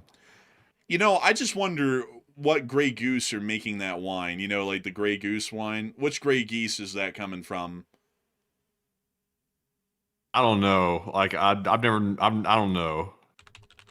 Grey Goose. Also, Grey Goose isn't wine, according to Miss Disa. I'm not so sure. I thought it was wine. Is that vodka? It's vodka. You see, folks, this is Oh, how you know okay. I'm not drinking in reality. Said I didn't know that Grey Goose is a vodka, not a wine. Oh my god, man! Why'd the goose turn gray? Did it have too much to drink? Man, it's one of those Russian geese. It's just clinically depressed, so it's just gray. communist goose. Man, of course it'd be French. Like, bro, like, of course, that all makes sense. And oh, there we go. What I'm thinking of is Mad Dog 2020. Mad Dog 2020. There you are. Oh my goodness, this looks like some junk. This looks horrid right here. It looks like something that you find like the old Western like barber shops where they're like, we'll fix them up with this like tooth we gotta pull with some of this. You know, man, you know what this looks like? This looks like embalming fluid almost. Yeah, it looks pretty rough. I wonder if they use natural colorings and flavorings in this. Bruh, red grape wine. Bruh, it's not even like a Sauvignon Blanc or anything. It's just red grape wine. Bruh, that shit is Welch's grape shit. It's been fermented, man. Like, I don't know what this stuff is, but I'm not gonna lie, folks. That bottle there makes you think that a barber is about to pull your tooth out in the 1870s. He's gonna give you a little touch of that before he does it. Like, that is something else. But anyways, moving on from that whole thing right there. So there was a thumbnail that said "never again" and it had like a picture of the bottle on it right there in the middle of it. Honestly, though, I mean, I don't even know. I mean, what type of alcohol even was that? It didn't even say what it was. It was wine, apparently. What was it? It was wine. Yeah. Are you sure? Yeah, because that one said red grape wine. Huh. I don't know about that. Like, I wouldn't touch that. Is this a red wine or a white wine? Listen, asshole, it's a wine. Like, it's a red grape wine, all right? The grapes were red, we pressed them, and it turned into something. Like, you want it or not. Like, they're not even beating any bones around it. They're like, this is the crappiest stuff you can drink. It's not red or white wine. It's just red grape wine crap. So, you want it or no? And honestly, I respect... How many people know about it? And basically, everybody in the chat knows about this beverage right here. I see everybody talking about this right here. It seems to be the trend, though, is everybody saying that I used to drink this when I was young and, like, I needed something cheap. So, I mean, me personally, I've never really, like, come around to, like, need anything quite like that personally. But, I mean, apparently it's cheap for the most part from the sounds of it. Oh, man, I remember this every time I would go into Walmart. You would walk down that one aisle and there'd be this stupid bottle with that foot on it. Yeah, I don't know about feet on the bottle. I'm not sure how appealing that is. You know, some people get really excited looking at this bottle. Yeah, I mean, like, some people are like, oh, yeah. Man, like, you know, there's some people in Hollywood, you know, like some directors and all that would be really excited seeing this brand. Yeah, maybe. Maybe. Or you can get this literal cheap red wine. I appreciate it when brands just like straight up say what it is. Like they're not making no bones about it. They're not trying to like put some fancy like avant-garde name on it. Like this is wine of the century or something. It's like nah, bro. This is cheap red wine. Go ahead and drink up. Bro, they ain't beating around the bush with that one. It's literally just cheap red wine. Let's see here. I'm wondering any other interesting brands. I don't know. Anyways, I'm not a drinker, folks. I don't know crap about it. So that's why I kept saying that Grey Goose was a wine when it's a vodka, apparently. So anyways, with that, we're on to the next one. We also have here a 20 from C146W, and thank you very much for that support, by the way. They said, why is it so hard to give you guys money? I had a really witty message written out, and will this one go through? Oh, I'm sorry about that. YouTube kind of has like some restrictions for some reason on what people can put in Super Chats, which unfortunately we don't have any control over. But I do thank you for support, and that one did make it through. But sadly we don't know what the witty message was going to be. I would have loved to have read it, though. It probably would have gotten us a good laugh. But a big thanks to you so much for the support and helping this channel to keep it running. Because if it wasn't for folks like you, we wouldn't be able to make this channel possible, and we wouldn't be able to keep it running. So a humongous thanks to you so much once again. And with that, we are on to the next one. We also have here a $20 support from Give Up Now once again, and thank you very much, Give Up Now, for that second support of the night. We do appreciate that. We also have a 20 from Crispy as well, and thank you, Crispy, for also throwing in another support, another second of the night. And we also have a 20 from Boulder Boy, and thank you, Boulder Boy, for the 20 also. And we appreciate all three of you very much. And Enforcer, what say you? And I got to thank y'all so much for the support. Y'all didn't throw in comments, but we're still greatly appreciative of y'all. And we thank y'all massively for helping this thing to keep running. And with that, we're on to the next one. We also have a 20 from Based Soda, and thank you, Based Soda, as well. He said, I have a hunch the soldiers in Mali are actually, do you know what this term means right here? Are you seeing it? That's like a Dungeons and Dragons reference. Like that's like the whole super chat, actually. I'll let you take it, then, because I don't get the reference. I have a hunch the soldiers of Mali are actually mages, and Aloha Snack Bar raises a mana shield to block 100% of the damage for only half a second. And because the duration is so short, they have to keep chanting it to optimize. You know, Base Soda, you might be onto something there. Maybe that's a common thing for all the folks out in Syria and Mali. Maybe that's like a common strat for them. Honestly, I think that the strat build's kind of weak, though. The fact that it only lasts for about a half second, and we have seen that it hasn't really done them much good because they have to basically be in a constant state of putting out the mantra. It doesn't really seem to be that effective, but I will say that probably is the case at this point. Now thinking of it that way, that really adds up. Like that, the math is mathing there, really. But a big thanks to you for the support and helping this channel to keep it running, and I hope that does address that well. And with that, we're on to the next one. We also have here a support from Gail Talarico, and thank you very much, Gail, for that $20 support. We do appreciate that. They said, thank you both. I never miss y'all's shows. I love the news and the sarcasm, and gotta laugh because I feel the same way about the government. And you know, you got to laugh. You gotta. I mean, like it's really hard not to at this point, because if you're not laughing, you're crying. Or in my case, if I'm not laughing at it or making a sarcastic kind of a jab about it, I'm absolutely raging about it sometimes. But I gotta say, a huge thanks to you so much for the support and helping this channel to keep on running. And thank you so much for the kind words and being around for quite some time. We really do enjoy you being here. And so a big thanks to you so much once again. I hope that does address that well. And with that, we are on to the next one. We also have a support here from Craig Jones yet again, and he puts in a 20. He said, take one from the chat, and also U.S. Air Force. Hey, and a big shout out to the U.S. Air Force. And we will make sure to take one from the chat in your honor. And so a big thanks to you so much once again. And Matthew, what do we got? And this one right here is going to go to LWK, who said, what will Ukraine do if the U.S. turns off intelligence sharing? And I don't think they ever will, by the way, because there's a couple of different reasons for that. Number one, the United States relies on having access to Ukraine to receive intelligence for our benefit. So it's not just a one-way street. Like, Ukraine is receiving a big benefit by getting a whole bunch of satellite imagery from U.S. intelligence, but also we get a lot of information back from Ukraine on Russian resources, what they have available, what they're currently using on the front lines, and we use that to update our assessments of how ready Russia is for war. So we still need access to Ukraine. We need to have the ability to go into that country and still conduct our own assessments. So we probably won't turn it off for that reason. That's one thing that Ukraine can pretty much rest assured will pretty much stay open all the time. But Enforcer, what say you? I would have to generally agree with that assessment as well. And so I hope that does address the live chat incredibly well. And a big thanks to you so much once again for support. And with that, we are on to the next one. We also have a 20 from the Martian report, and he said, dangerous thought. Let's see here. Let's see. What does this one mean? I'm scared of this one. I'm getting real shaky. What does this one mean? Do you understand this one? I know you're looking at the spreadsheet. Oh yeah, I'm looking at the spreadsheet. Oh yeah, I'm looking at it. I'm looking at it, and I got to be honest with you there. This was kind of touching on some domestic political territory of like what the grand plan could be for, you know, the home front situation and the reason why that's being done. So sadly, we wouldn't be able to get into that one. But I do thank you for the support and helping this channel to keep on running. Because regardless, we do thank you greatly for the support, and we appreciate that you find the channel worthwhile of helping to keep running. And with that, we are on to the next one. We also have a 20 from Off the Grid. He said, you guys are so informative, professional, and represent the U.S. well. And also, thank you, by the way. They said, thanks for all the hard work. Gas prices are high, or I'd donate more towards the Costco Chicken, the Coffee Fund, and long live freedom of the press. And I thank you so much for the support. And the free press is a good press.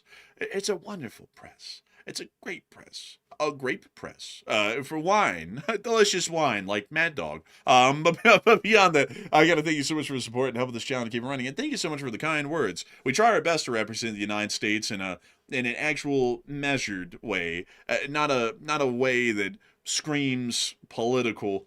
Like a lot of people try and represent the country these days, talking about the whole enemy within thing and all that, and basically prioritizing their political party over the whole country. We try and really represent the United States the best we can as a reasonable and rational country. And I hope that we've done that well, and apparently we have, and I got to thank you greatly for that. And I also got to say, we thank you massively for your support to the Costco Chicken Fund and the Coffee Fund, because it helps us to be able to drink our coffee, to stay on air and awake, and also to have some Costco chicken in our bellies to keep us full. And so a huge thanks to you so much once again. I hope that does address that well. And with that, we're on to the next one. And also another big shout out to Crispy, put in another $20 support. And thank you very much, Crispy, for that support once again. And we do appreciate that very, very much. And we also have a 20 from Chef Danny B. And Chef Danny said, good evening, Enforcers. Chef Danny here. I didn't get to catch any of the stream tonight. Usually I get to listen, but I had a catering event tonight, so I'll be up late rewatching the stream. And LLT, LSA. And long live the Lee Spring Army. And I hope that that's been going well. And I got to say a big thanks to you for being here tonight, and all to even support the channel. Better late than never is what we always say. And we hope that you enjoyed the news segment tonight, because there was certainly a lot to talk about and a lot to cover today. So a huge thanks to you so much once again. I hope that does address that well. And with that, we're on the next one. We also have here a $20 support from Cerebrus3, and they said, unless I am wrong, don't some areas with poisonous snakes offer hiking offer proper snake bite kits and antivenom for native snakes? I don't think they offer antivenom, by the way, because antivenom is extremely expensive. I doubt they'd make that free of charge. I really doubt that. I think some places advise you not to do the snake bite kit. I think some places tell you to call for rescue and go straight to the hospital and provide them with a picture of the snake. That's just generally what I've heard. But, antivenom, that's something that gets very expensive very quick. And you got to have good health insurance for that antivenom. I tell you, that gets steep. But Enforcer, what say you? I would have to say that generally, I would have to agree with Matty. I don't think there's any anti-venom out there. There's like snake bite kits that kind of help a little bit from what I've heard with getting snake bit. But generally, the best thing to do is to just make your way to a hospital after getting bit, from what we know. And there's really not a lot more of a cure to it than that. But I do thank you massively for the support and helping this channel to keep on running. And I also got to say that snakes... No, snakes are no worry to me, folks. I mean, hell, have y'all seen the amount of snakes out there in the world these days? I mean, the Washington's full of them. There's snakes wandering around amongst us every day. I mean, I'm familiar with what they look like, But a big thanks to you so much once again. I hope that does address that well. And with that, we are on to the next one. We also have here a $20 support from my truck and travels. He said, the lack of NATO response to the drone incursion over Romania only emboldens Russia. And what do you guys think? LSA forever, and take one from the chat. And long live the Lee Spring Army. And yes, it does. Like, there has to be strong responses to any sort of a possible Russian aggression, because we never know what the intent behind it is, and we always have to put a strong foot forward to deter them from conducting any further aggressive actions against us, whether it was intentional or not intentional. So I definitely agree with that, my truck and travels. And a huge thanks to you for the support and helping this channel to keep it running. And we will make sure to take one from the chat. So Matthew, what do we got? And this one goes to Elijah. He said, how do you think that Iranian F-5 even hit Kuwait? Apparently it just flew in at low altitude, I'd assume, and then pulled up right before it got to the base, conducted his rocket attack, and then left. That's kind of what I'm assuming at this point, because anything else really wouldn't make a lot of sense, especially if it was flying at a higher altitude. But a big thanks to you for support, and I hope that does address that live chat well. And with that, we're on to the next one. We also have a $15 support from Base Soda yet again. They said, with how many gas and oil facilities are being blown up, you'd think someone hit from Game Series just cause those behind it. Rico? I would say, maybe. It's never out of the question. It's never out of the question. And I gotta thank you massively for the support, Base Soda, and helping this channel to keep on running. And with that, we are on to the next one. We've also got a 10 from C146W. He said, what is the Lee Spring Army? An iPhone keyboard is so garbage right now. This took so much fighting.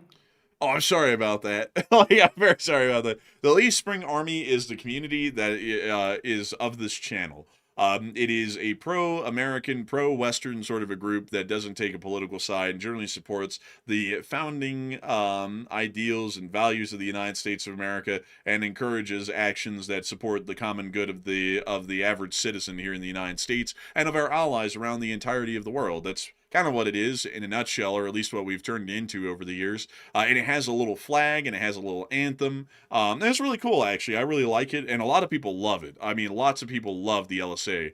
And I gotta say, we've done pretty good so far at making it likable because it has a pretty decent anthem. It took me a long time to come up with it, and then also to get it orchestrated and all. And it also has a really, really good flag that was made by a viewer actually named Torosaur, who designed that flag for the LSA, and we've been, and that's been the official flag of the LSA ever since we had one. So a really cool thing about that. So I hope that does address that incredibly well, and a big thanks to you for support and helping this channel to keep on running. And with that, we are on to the next one. Also, by the way, folks, I got to mention this. By the way, I told the enforcer about this before we went live. There's an actor out there, Ben Stiller. He's a huge basketball fan, and also he's apparently trying to sell his own soda company or something now, or his own soda brand or something. So I think he posted on Twitter like 3 hours ago. Got it done. That's what he posted on Twitter, and he was talking about basketball. Apparently, some team won or something like that he was rooting for. But it was unfortunate timing though, because at the exact same times when the situation happened with the White House Correspondents' Dinner. So all the people went berserk. They're on his post talking about, "Oh, you idiot! Are you talking about the White House thing? Oh, you clown! Like I always do, you're a bastard."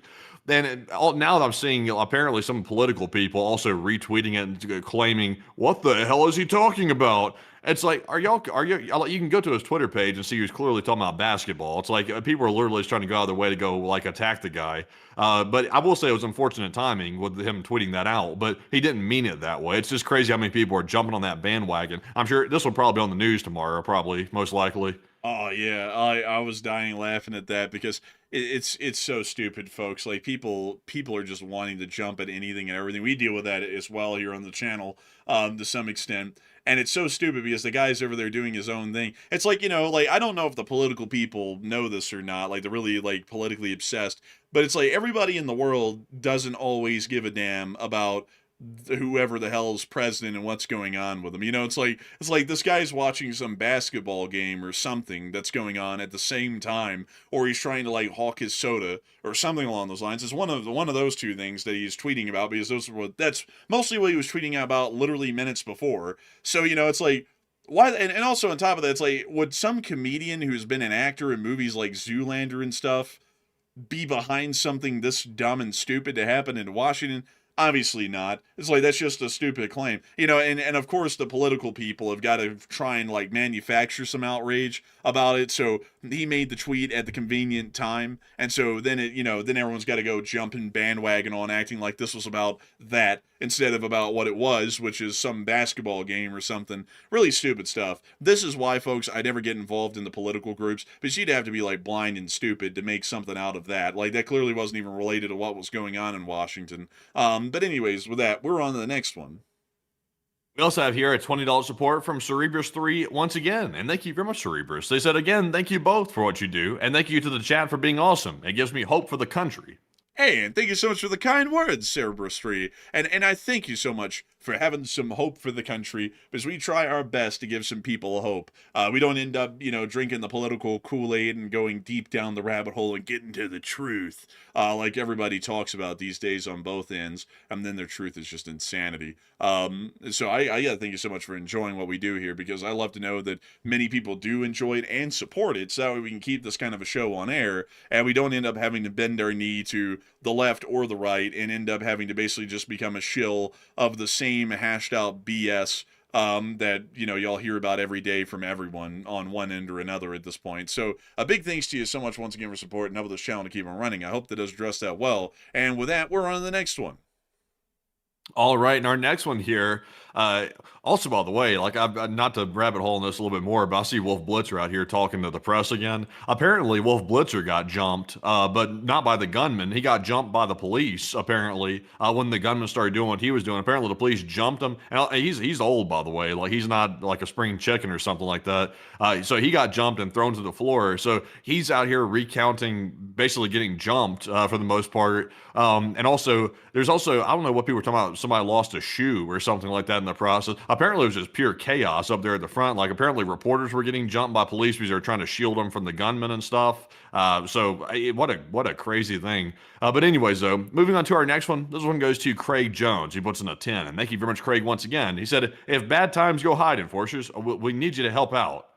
I gotta thank you so much for the support, Craig, and we always like to think that we can give a helping hand to this country, and I hope that we do that through our reporting every night. And so a big thanks to you so much once again, and with that, we are on to the next one.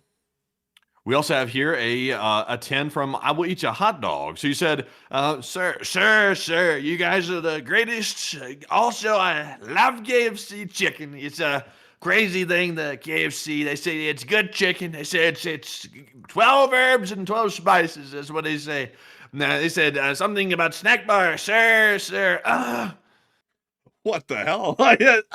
Man, like, golly. I gotta tell you, that whole thing, all that gunfire and stuff's crazy. Anyways, about that ballroom, we gotta have a room for the balls. We love balls. Beyond that, and also, folks, that kind of like trivializes the whole thing. It's like, there's like a whole firefight that happened in the lobby of a hotel, and then as soon as he gets away from there and back to the White House, immediately starts going, yeah, that ballroom's sick. Like, it's gonna be really cool. It's like, what was this, like some sort of like a promo for the ballroom? Like I'm not gonna lie, folks. I mean, that's like ridiculous. That's like first thing. Okay, anyways, everyone, we don't know if people are wounded and killed, but about that ballroom, that thing is sick. But outside of that, I gotta thank you so much for the support and helping this channel to keep on running. I'll eat your hot dogs, and now you ain't eating my hot dogs. I'm keeping them for myself. Or there's this guy up in Minnesota. He loves hot dogs. But a big thanks to you for the support and helping this channel to keep it running. And with that, we're on to the next one. I also have a 10 from Give Up Now. Once again, it said, say Shay rabbit hole. The Shay? You mean like the Shay piston-driven steam engine? Is that what you mean? Is that? He probably doesn't mean that. Well, I don't know what else he'd mean. I mean, like, a Shay is a Shay, you know what I mean? Like, that's what they are. That's the only Shay I can think of off the top of my head. Yeah, I doubt he means something this obscure. This obscure? What the hell does that mean? Like, what does that mean? Like, this obscure? Man, Shays are a big thing. It's sort of a strange thing to mention. If that's what he's talking about. It's sort of left field. You dare insult one of our great viewers, Matthew, by saying that it'd be obscure and he wouldn't bring up something obscure. What if he did bring up something obscure? What if this really is what he's talking about here, Matthew? Who are you to judge? Huh? He said give up now. That's his name. Well, I guess so. I guess I'll have to give this one up. It's cool, though. I mean, like, I like these things. They're pretty neat. And also give up now said, say Shay. Shay's Rebellion? I don't know. They just keep saying say Shay. I don't know what that means. I don't know what it means. So if you can clarify for me what say Shay means, I can rabbit hole on it a little bit, but I thought you were talking about a Shay steam engine, and then Matthew thought you were talking about Shay's Rebellion. So we're not really on the same page right now about what it's supposed to be. But hopefully we'll be able to find out what we're supposed to be rabbit holing on and rabbit hole on it if we can. And so a big thanks to you for support and helping this channel to keep on running. And I got to tell y'all, folks, I mean, these things are truly amazing. Like, I'm not going to get into them too much, but I always thought these things were super neat mechanically. And they said, say Shay train. So they were talking about the Shay. They were talking about the Shay, Matthew. They were. Repent. Maybe he was trying to say that's not what he was saying. No, he said, say Shay train. Shay train. But why would he want you to say it? Because they're sick. Haven't you looked at him? I mean, They're it's sick. Now the viewer's not sick. He's not. no, he's not a sick individual. Damn it! Like, man, he's not. I'm not. That's not what I'm saying. I'm saying, look at this Shay here. Isn't that sick? I mean, it's literally a piston-driven steam engine. It's like a little car basically that runs on steam. Yeah, it's making me sick. Oh, get the hell out of here. You can handle this, Shay. Like, this thing's like a mix between a car and a train, man. It's almost like it's got like a inline internal combustion engine on the side of this thing. It's cool. It's cool. And see, Give Up Now wants me to say the rabbit hole, Shay. See, it's about these, Matthew. It's about these. You said that he wouldn't bring up something obscure. He did. And it's given me a chance, folks, to let out.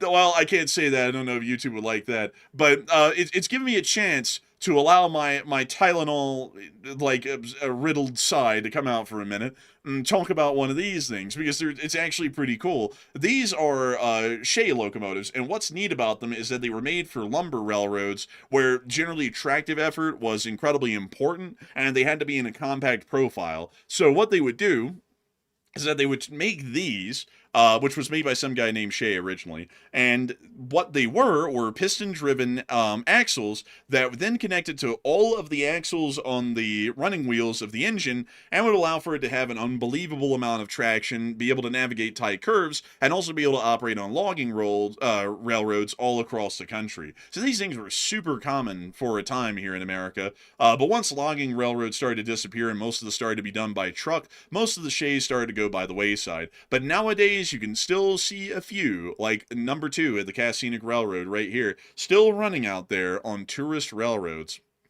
So I hope that is a nice little rabbit hole on the Shay locomotive types. I think these things are just really neat. They're actually mechanically very interesting.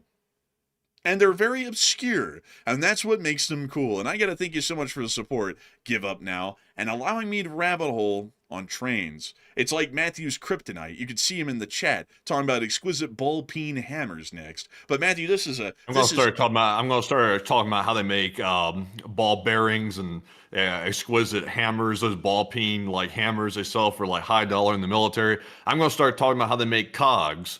In reality, though, it's not too hard to make a cog. We're all really cogs in the machine, they say. So, I mean, it's not that deep. I mean, it's not that deep. And also, my lady literally said, do you build model trains by chance? I'm working on a model layout right now, but I do get model trains. And one of my most recent acquisitions, because I have to give this company a plug. I love everything that they do. And honestly, at this point, I found them to be the highest quality of anything that I've gotten. But I get most of my stuff from Scale Trains, which is this company here. And they make amazing engines. Let me see here. This is an ET44, so one of the most recent ones that I got was, let's see here, this one, which is a Union Pacific C45AH.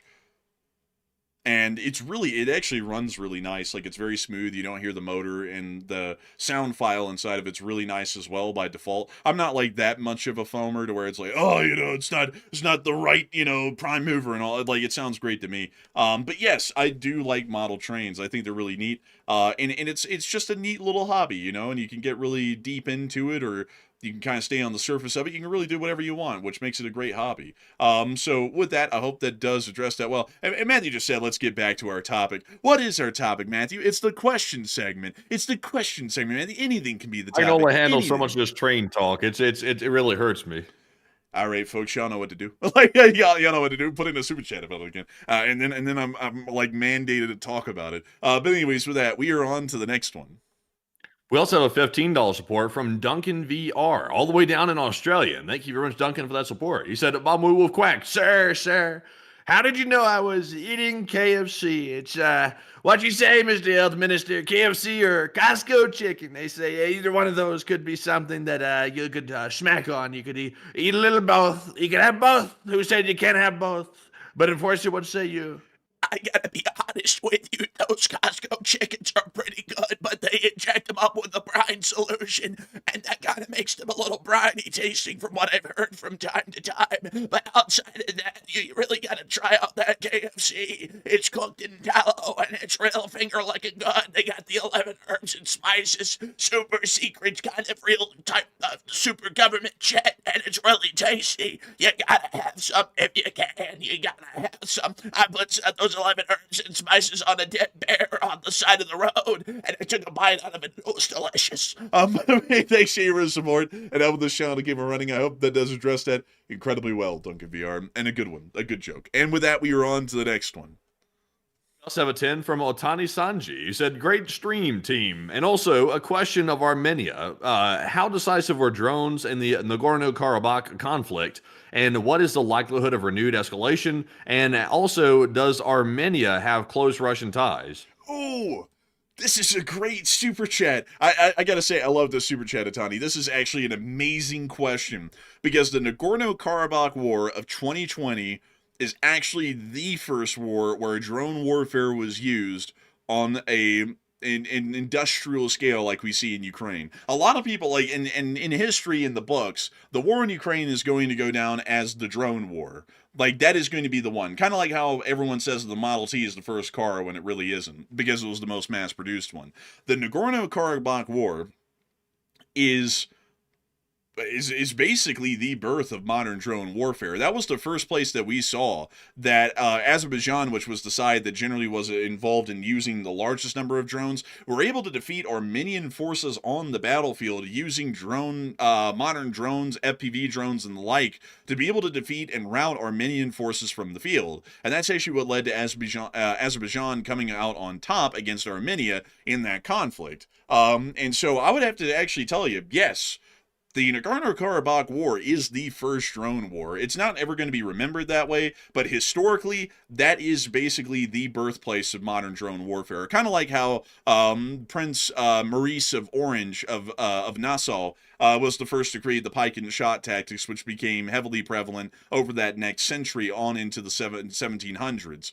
They don't really think of that a whole lot as the pike and shot war. If you ask a lot of people if they know about that topic, they would say that that would be the 30 Years' War that really took pike and shot era tactics to the mainstream. But it was really pioneered in the Dutch War of Succession of 1599, I believe, to 1602, if I'm not mistaken. And the Nagorno-Karabakh War is definitely in that same camp for the larger part historically as to making this a mainstream form of warfare. So I hope that does address that incredibly well. And also the likelihood of renewed escalation is always there because Armenia and Azerbaijan have a lot of unresolved disputes, and it's basically the Nagorno-Karabakh region for Armenia and Azerbaijan is what Israel is to the Middle East. There's always going to be an endless amount of people who will be willing to fight and die for that land, because according to the Armenians, it's Armenian land because there's ethnic Armenians that have historically lived there and are still living there. And then according to the Azerbaijanis, Nagorno-Karabakh is their land because historically it's supposed to be their land and everything else in between. So a pretty significant amount of tensions and hatred exists between the two groups because of that. A lot like, tension and hatred exists between everyone over the land of Israel and who's supposed to own it. And so there will always be tensions that could boil over into war in that region. And also Armenia at one point did have kind of closer ties to Russia because it's technically a Christian country, and Russia Russia in the modern day after 1991 has tried to pretend like they're a defender of the Christian faith. They're not.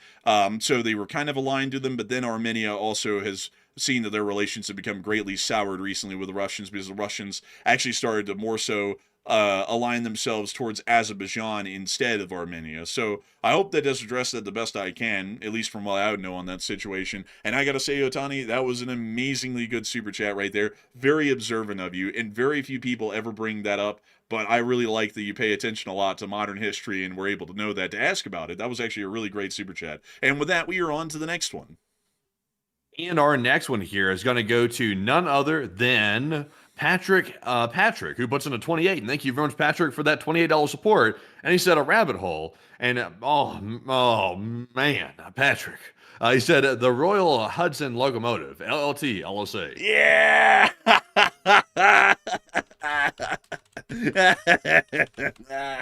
Oh man, they did it. They did it. Y'all pulled through. Y'all pulled through. I gotta say thank you so much for the support, Patrick. Oh man, I get to show y'all something. This is the Royal Hudson.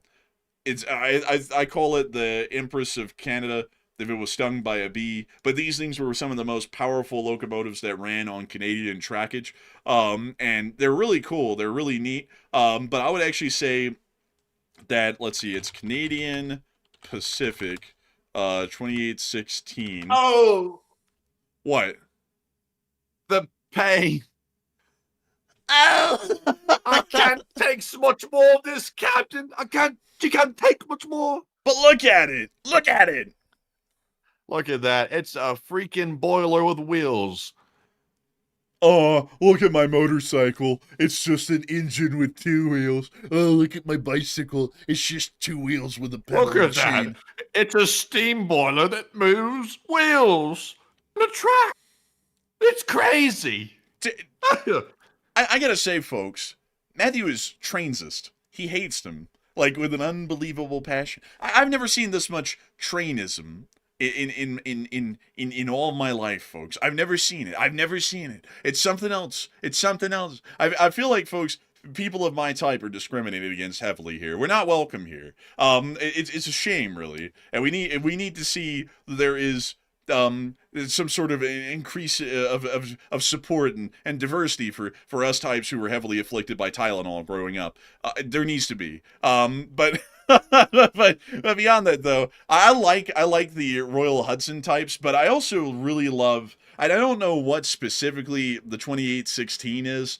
As far as like its class name for Canadian Pacific, it is a 464. I believe that would be a Pacific, if I'm not mistaken. But still, it is. I think this one's like more so aesthetically pleasing to me, because it doesn't have kind of like that stung by a bee kind of a look that this thing has going on. Still pretty cool looking though. But a big thanks to you so much for the support and helping this channel to keep it running, and I hope that does address that the best I can. And with that, we are on to the next one.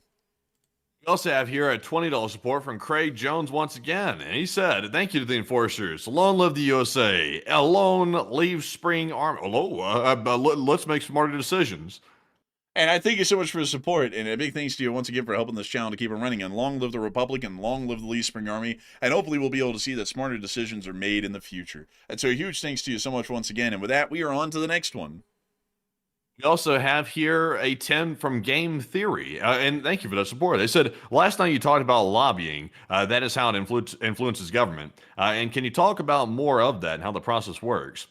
So as simple as it gets with lobbying, it's basically, to become a lobbyist, you essentially have to already have connections, basically. So the people that make really good lobbyists are people that either, were in politics. That's number one. If you're in politics, you usually have all the connections to the committees and things like that, and you have access to those people, and it makes you a really good lobbyist, because the whole point of a lobbyist is being able to basically advocate for the interest of a certain group or a certain company. But here's the problem, though. Here's the problem in modern day America.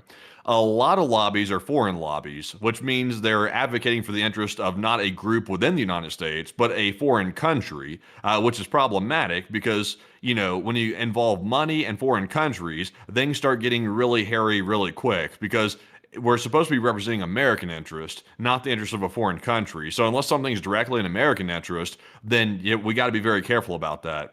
Technically speaking, those groups are supposed to register as foreign agents, but in the modern day, though, some of those groups get a pass, and they're not required to register as foreign agents, which is a big, big, big problem, to say the least. Also, someone said, how is that legal?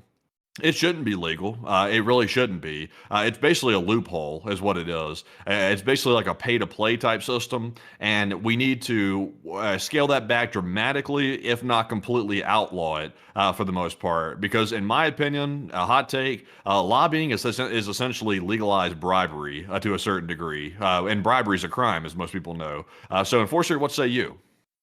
I would have to say that lobbying in that form, like Matthew has covered, I would have to agree it should be illegal. But as far as lobbying works in the United States, it perverts the political system greatly because of how it's structured, or generally how it works, because they're able to form in the modern day what's called super PACs for specific major industries or major companies, so that way they can put their money into that super PAC, those corporations and individuals and whatnot, and then they can go and throw that money behind a candidate. And that's how these candidates fund their elections. But to be able to have their elections funded by these people, they basically have to make them promises that if I get elected, I'm going to basically toe y'all's line. I'm not going to toe my voters' line. And so this can start to cause some conflict in between what the constituents were wanting, what the citizens voted for, and then what the representative is doing. Because the citizens could vote, like, say, for example, on I'm going to take this one because this is one that actually is fairly relevant.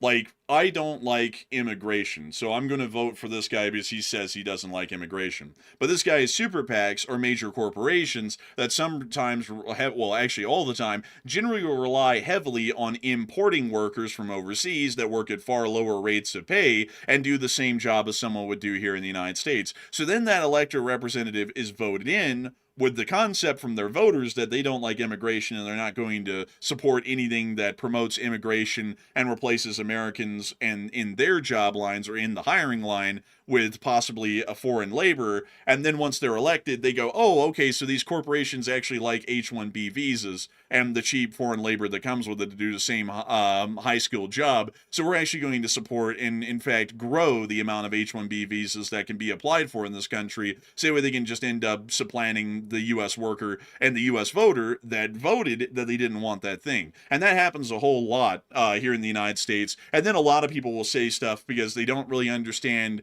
the kind of a clear and obvious hand that's at play that perverts what these people claim they will do when they elect, and then they don't do any of it and they do something else. Well, a lot of people will go, oh, look, it's like the Illuminati or something, or these people have been nabbed by some other group. And no, they haven't been nabbed by anybody. They're literally just making sure that they keep their super PACs that funded their election happy with them, so that way when they run for re-election again, these people will start funding their campaign again, because they're keeping the people who are actually helping them to, run their campaigns to make themselves marketable to be elected happy, so they can be re-elected again and keep their job. Yeah. Well, not just that, but I mean, if you the catch is, if you end up trying to fool a lobby, like let's say some politician tries to do this, they're like, okay, we need to act like we're acting in the interest of this lobby, so that way the lobby will give us political donations through a PAC. You can do that, but the catch is, if you get into office and all of a sudden you're like, psych lobby, like we completely lied to you, we're not going to do anything you want. Not only is that lobby not going to support you next time, but that lobby, if they're vicious, they're going to go and support your opponent. They're going to go give your opponent that money that they were going to give you to specifically to screw you over and set an example that if you go against their interest, they're going to actively undermine anything you're trying to do. And a lot of them do that, especially foreign lobbies. We see foreign lobbies engaging in that 24/7 in the United States. They call it primarying a candidate. That's what they call it. And that's a big problem, because that makes a political person, a politician, it makes them very scared to do anything that might piss off the PAC or piss off the lobby, because they know it's going to lead to that. Yeah, and that's also true as well. And there's a whole bunch like this. This is kind of the difference in how it works in the political structure here in this country, is that there's you and me, like you, for example, and myself, who are the common citizens, as I call them, who are the voters. We're the ones who actually decide the outcomes of elections. And some people can tell you the bullshit that the elections are already decided before they're even run, and they're full of shit. They're saying that because they're ignorant, they don't know how the system runs. We can, as citizens, actively vote everyone out that we just voted in the next term if people weren't so blind and ignorant, in just supporting a straight ticket every day of the week. You could do that every single time, and people would be scared that they're going to lose their job if the people aren't happy with them immediately once they get it, no matter how much funding there is. But with how it works in this country, there are us, the common citizens and voters, and then there's the interest groups, or some people call them the special interest groups, but in general, I just call them interest groups, which are the major industrialists, well, not the industrialists, that starts sounding like some Marxist crap there, but there's the major companies, the corporations, that are trying to make sure that they have the government kind of rigged in a way to where they're never going to have the cards stacked against them, even if they're doing something wildly unfair to the country in some way, shape, or form, or to the common citizens to some degree. They still want the cards to be stacked in their favor, so they're going to try and support someone so the voters think, because they don't look into it deep enough or they don't really care enough, that this guy is going to be their protector because he's a Republican or a Democrat or whatever. But in reality, this person's in the pocket of these interest groups because that's how they're having their campaign funded. So as soon as they get elected, they completely drop all of that party rhetoric and they just do whatever these interest groups want them to do, which means that you're just basically voting in at that point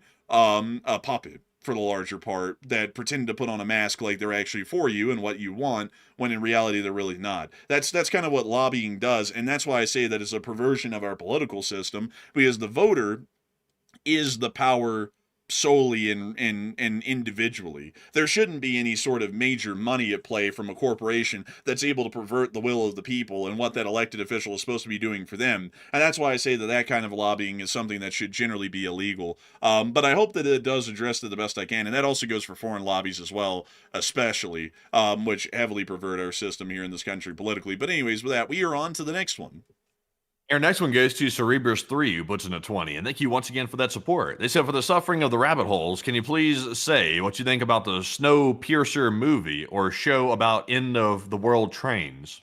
They're pretty neat. I always thought that they were a little bit odd, though, because, like, the whole idea of, like, Wilfred's perpetual train, it's like, I don't really get it, because the whole thing about trains is that they eventually have to stop to be serviced, and the idea of one just running nonstop, and somehow the track bed and infrastructure and all that surviving without any maintenance, I was like, you know, like, I don't really like movies like that. I like movies like, I think it's like Emperor of the North, which are more so like grounded in reality, because it makes it really tells the railroad story in a really interesting way. But a big thanks to you for support and helping this channel to keep on running. I hope that has addressed that well. And with that, we are on to the next one.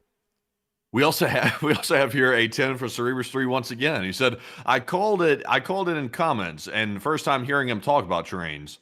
I thank you for support, Cerebrus3, and I think that's an absolute tragedy. I think that trains should be talked about more on this channel. We should make it a train channel, actually. And we should start partnering up with Studio 346 to put out Century of Steam, because I've been watching their updates on that game pretty decently. And I've been like, damn, that's a good game. Like, I can't wait for it to come out. Like, everybody I know who's into trains is excited about that game coming out. It looks really good. Just a complete aside, by the way, just like an insert ad, basically, that I'm not even getting paid for a game that I just think is cool. But anyways, a big thanks to you for support. I hope that does address that well. And with that, we are on to the next one. We also have here a 10 from Slinger, and they said, do you two sirs have any news or any commentary about the missing or dead U.S. scientists? Thank you, and LSA. I heard another one apparently was found dead. In fact, they were from Alabama, actually. They were found dead eventually. So I don't really know what is going on with that. I will say, though, one thing that kind of like re-entered my radar today after I heard that is I remember back in January of 2025, y'all might remember this, there was a U.S. Army Green Beret that took a Cybertruck to the front of a hotel, and he set the thing on fire, and I think it exploded. And I think in his manifesto, if I'm not mistaken, I think he mentioned something about being under government surveillance for knowing something about secret propulsion systems. And at the time, it sounded insane. Like, I was like, okay, this dude sounds like, unfortunately, he's having some mental battles. But the more of these scientists that are going missing and also being found dead makes me a little bit interested about that for a second, because it's like these scientists were working on propulsion systems, at least some of them were, that are going missing. So sort of a strange connection. Not sure if there is an actual connection there. That's a big leap to take, but it seems to be ringing some bells in my head, at least about a lead. But Enforcer, what say you? That's pretty interesting. Unfortunately, I don't really follow those stories a whole lot, so I wouldn't really be able to add much more than Matthew added. So big thanks to you so much once again. And with that, we are on to the next one. We also have a 10, I think that's Egyptian right there, and we do appreciate $10 support. And he said, they said something. I'm not sure what that is. Is that Opa? Yeah, that's Opa. They put it in Cyrillic. Those little letters there, they're actually P's in Cyrillic. Oh, look at that, Opa. Opa! But I gotta say, a big thanks to you so much for the support and helping this channel to keep it running. And with that, we're on to the next one. We also have a 6 from Acute Darkness, who said, I heard a rumor about Ukraine using graphite weapons against Russian power plants for legality reasons, and any thoughts? I hadn't heard about that, actually. Unfortunately, I have to declare ignorance on that one, but I do thank you for the support. And with that, we're on to the next one. We also have another 6 from Acute Darkness who said, do you think Russia is refining the oil they're shoveling out of the sea so they have some gas? Oh no, that stuff is tainted. I mean, that like with the salt water and stuff, they would have to try and find some way to get some of the salt content off of it at that point. So generally, I would say probably not, from what I know. But I do thank you for the support and helping this channel to keep it running. And with that, we're on to the next one. We also have a 5 from Robert Krogan. He said, good evening, Enforcers and LSA. One from the chat, if you please. Of course, Robert, we will. And what do we got from the chat, Matthew?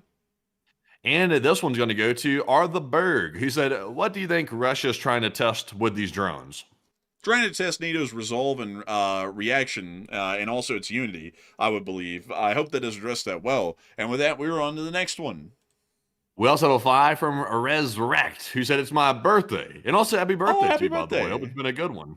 Oh, I hope it has been a great one for you. And a big thing, what? Huh? It sounded like a mortar was going off in your room. You went, boop. I was like, oh. I didn't hear anything. Oh, happy birthday to you, Resurrect. And I hope you've had a fantastic one. And with that, we're on to the next one. We also have a 5 from Live Animal, who said, Russia is doing whatever it can to remain relevant. They just look at the public opinion and do the opposite of what the public expects them to do. Maybe. Sounds kind of like the U.S. Oh man, you know it's crazy though. Like out of all of the stuff though, that island down there in the Virgin Islands still shines through. Like it still is a story. Something Are you still else. talking about that? Are you? Didn't I tell you about this? Well, I'm just saying. I mean, nobody's forgotten about it. I've seen people still bringing it up. It's kind of crazy when you think about it. I told you not to talk about this again. I'm just joking, by the way. Someone's going to be like, oh, it's confirmed. It's confirmed. They have a handler. All right. But anyway. hey, oh. Hey, like yeah, well, you can't go further with that one. But anyway, so that we are on to the next one. We also have here a 5 from Miss Paula Thomas, who said, do we know that the Russians don't export through the East Coast? The Russians do export through the East Coast, but it's only 20% of the volume that they're able to do nationwide. So 80% of it's on the West Coast and only 20% of it's on the East. So in reality, it's such an insignificant amount, and it's also out of Ukraine's range, that getting the larger majority of the damage, the 80%, is always going to be the priority. And then at that point, it doesn't really make it important to knock out the remaining 20%, because 20% just isn't enough to really worry about at that point with the amount of damage that's been caused elsewhere. So I hope that does address that well, and a big thanks to you for supporting helping this channel to keep it running. And with that, we were on to the next one. And our next one goes to Zeke, who puts in a 5. He said, a chicken for the boys. Oh, thank you, by the way. Hey. So I just finished my Costco run and got one too. Long live the Republic and LLT, LSA. And long live the Republic and long live the Lee Spring Army, and our Republic shall live long as the Costco chickens are healthy and tasty. And a big thanks to you so much once again. And with that, we're on to the next one. And our next one goes to Live Animal, who puts in a 5. And I can't touch this one with a 10-foot pole right here. But thank you very much for that support, Live Animal. We do appreciate it once again. We also have a 5 here from C146W, who said, what is the lore? The lore? Isn't that Data's brother? Yeah, the one that allied with the Borg. But the lore? You mean the real life lore? Roll credits. We just said that. Yeah, he said the thing. But big thanks to you for support. I hope that does address that well. Man, he doesn't real life lore follow us on Twitter. He does, in fact. He does. Hey, that's so cool. That's a cool channel. I like that guy. He's pretty, like his team and stuff, they do good work. I really like that show. But anyways, with that, it is time for us to move on and into the next one. We also have a 5 from Elwood, and thank you very much, Elwood, for that support. Sadly, I can't read this one off. I'm saying that a lot tonight, but I can't read this off because right now it's just an allegation, and we don't want to read the guy's name off until we hear for a fact that he's been charged with something, so we'll have to leave that one be. But we also have a 5 from Tabitha Silver. He said, thank you both for all you do, and much love, my friends. And I got to thank you so much for the support and helping this channel to keep on running. Thank you so much for the kind words as well. We greatly appreciate it. And so with that, we're on the next one. We also have a 5 from Cerebrus 3, who said, didn't they get, they said, didn't they get open bar when showing up? If so, that's free game. It's a press pool. Of course they're going to get that. But big things here is support. I hope that does address that well, and I would assume so. I mean, I would think, but I'm not entirely sure. But a huge thanks once again. And with that, we're on to the next one. You know, a funny thing, by the way, is I actually accidentally kind of signed up with the White House Press Corps or Press Association back when I was trying to do the thing that the White House was talking about. You know, you could That never sign up and happened. they would let you in the Situation Room or something like that, or the press room, whatever they call it. But I tried that. I accidentally went to the White House Correspondents Association and signed up there instead. And then I was like, oh, dang, I got the wrong one. So they were like, oh, wait, oh, did you mean to sign up for this or the other one? I was like, oh, I meant to sign up for the other one. So got all that straightened out. But I actually saw that you can sign up and apparently go to the dinner, but you have to pay a certain fee, I think it was, or something like that. I can't remember what the fee was. But if you're media, you can apparently go to it, apparently, as long as you pay a fee, if I'm remembering that properly. Man, you know we would get snubbed so hard. They're not real media. It's like, I mean, like, oh, really? It's like, well, you need to look at the ratings. But beyond that, I would say, I don't know if I want to go to that thing for one, especially with what happened this time. You know, it's like, and also on top of that, like, to be honest, I don't even know what we'd be doing there, really, rather than just I kind of don't really sitting have around. a I don't really have an interest in going that, to be perfectly honest. I don't really, I really don't. And also, by the way, I feel like there might be some ill feelings as well because we kind of like, you know, take jabs at the mainstream media a bit. And I'm sure I do know a couple of them do watch. So I feel like there might be maybe some like, maybe like neutral feelings, maybe possibly hard feelings. I'm not totally sure. With how we're doing in the ratings these days, I have a feeling it'd probably be pretty negative feelings. So, you know, we'll have to see. Because, I mean, you know, just yesterday, folks, like, just to, you know, put this out there, we were number 27 in America for live streams. I mean, we beat, like, people like Fox, like, their whole channel that's being live streamed on YouTube by dozens of spots in the top 100. So, you know, it's like, would they be happy with us being there? Probably not. Like, probably not, I'd assume. But anyways, with that, we are on to the next one. All right, and our next one here is going to go to none other than Cerebrus 3 once again. You said, what is your take on people being more involved in local elections and on statewide to affect local communities, regardless of parties, or can't get into that due to general channel policy? Now, you know, the beauty of local elections is there's not a whole bunch of politics involved with it for the most part. It's a lot more mundane, which is why people generally aren't interested in it for the most part. Statewide gets more political, obviously, with the governor races and stuff like that. But the federal stuff's where everybody really focuses. But the stuff that affects the most, like you noticed, is the local elections. But you know, most people don't even pay attention to it. But Enforcer, what say you? The most important elections for anyone to be involved in and vote in are municipal elections and state elections. The federal government actually doesn't have a lot to do, for the larger part, with the day-to-day life that you have in this country. It's actually your state and city governments that have the most impact on that, which I find so crazy, folks, because, like, you know, like, people always are talking about the roads are crumbling. It's like, yeah, they're crumbling because you're voting in the same guy to be the mayor for 40 years, and he sucked at it since year one, and he's still being voted in 40 years later. It's like, you know, maybe if you voted that guy out, and maybe if you voted your governor out or voted for someone in the state legislative assembly that actually would do something and give a damn, maybe some things would be a little bit better. Because it's like, you know, the federal government in reality, folks, doesn't do anything at all, at least for y'all. Because, like, when you talk about something abstract, like, for example, gun control, say, they deadlock on that no matter what. And they deadlock on all the important topics no matter what, like the things that people care about every day. They never make it anywhere. So you're just burning your wheels you're just burning rubber to get nowhere with the federal government because they're never going to agree on any of that to do anything about it. So it's just completely wasting wavelength and time. On the other hand, though, you can go to your city government and be like, why haven't you paved my road? And then vote them out or vote against them if they haven't paved your roads and whatnot. And you can actually see that change truly comes about if you care about those elections. Those are actually the most important ones in the country, yet people downplay them a lot because they don't get the kind of hype about them because, you know, the ones that go to Washington, they get to sit in the big marble Capitol building, and make their votes, and everyone talks about it nationally, so that gets all the hype. But it's really the city officials and the state officials that should be getting the hype by the voters, because those are the ones that actually impact them the most. But I hope that does address that the best I can, at least in my opinion. And a big thanks to you for support, and I hope this channel to keep on running. And with that, we're on to the next one. Also have here a 10 from DWRB, who said, what is the purpose of loosening sanctions on Russian oil if Ukraine is continuing to attack their infrastructure? Counterintuitive, perhaps, or just a false attempt to ease the oil market in LSA? And Ukraine is definitely doing that against U.S. interests, by the way. Like, I can almost assure you that.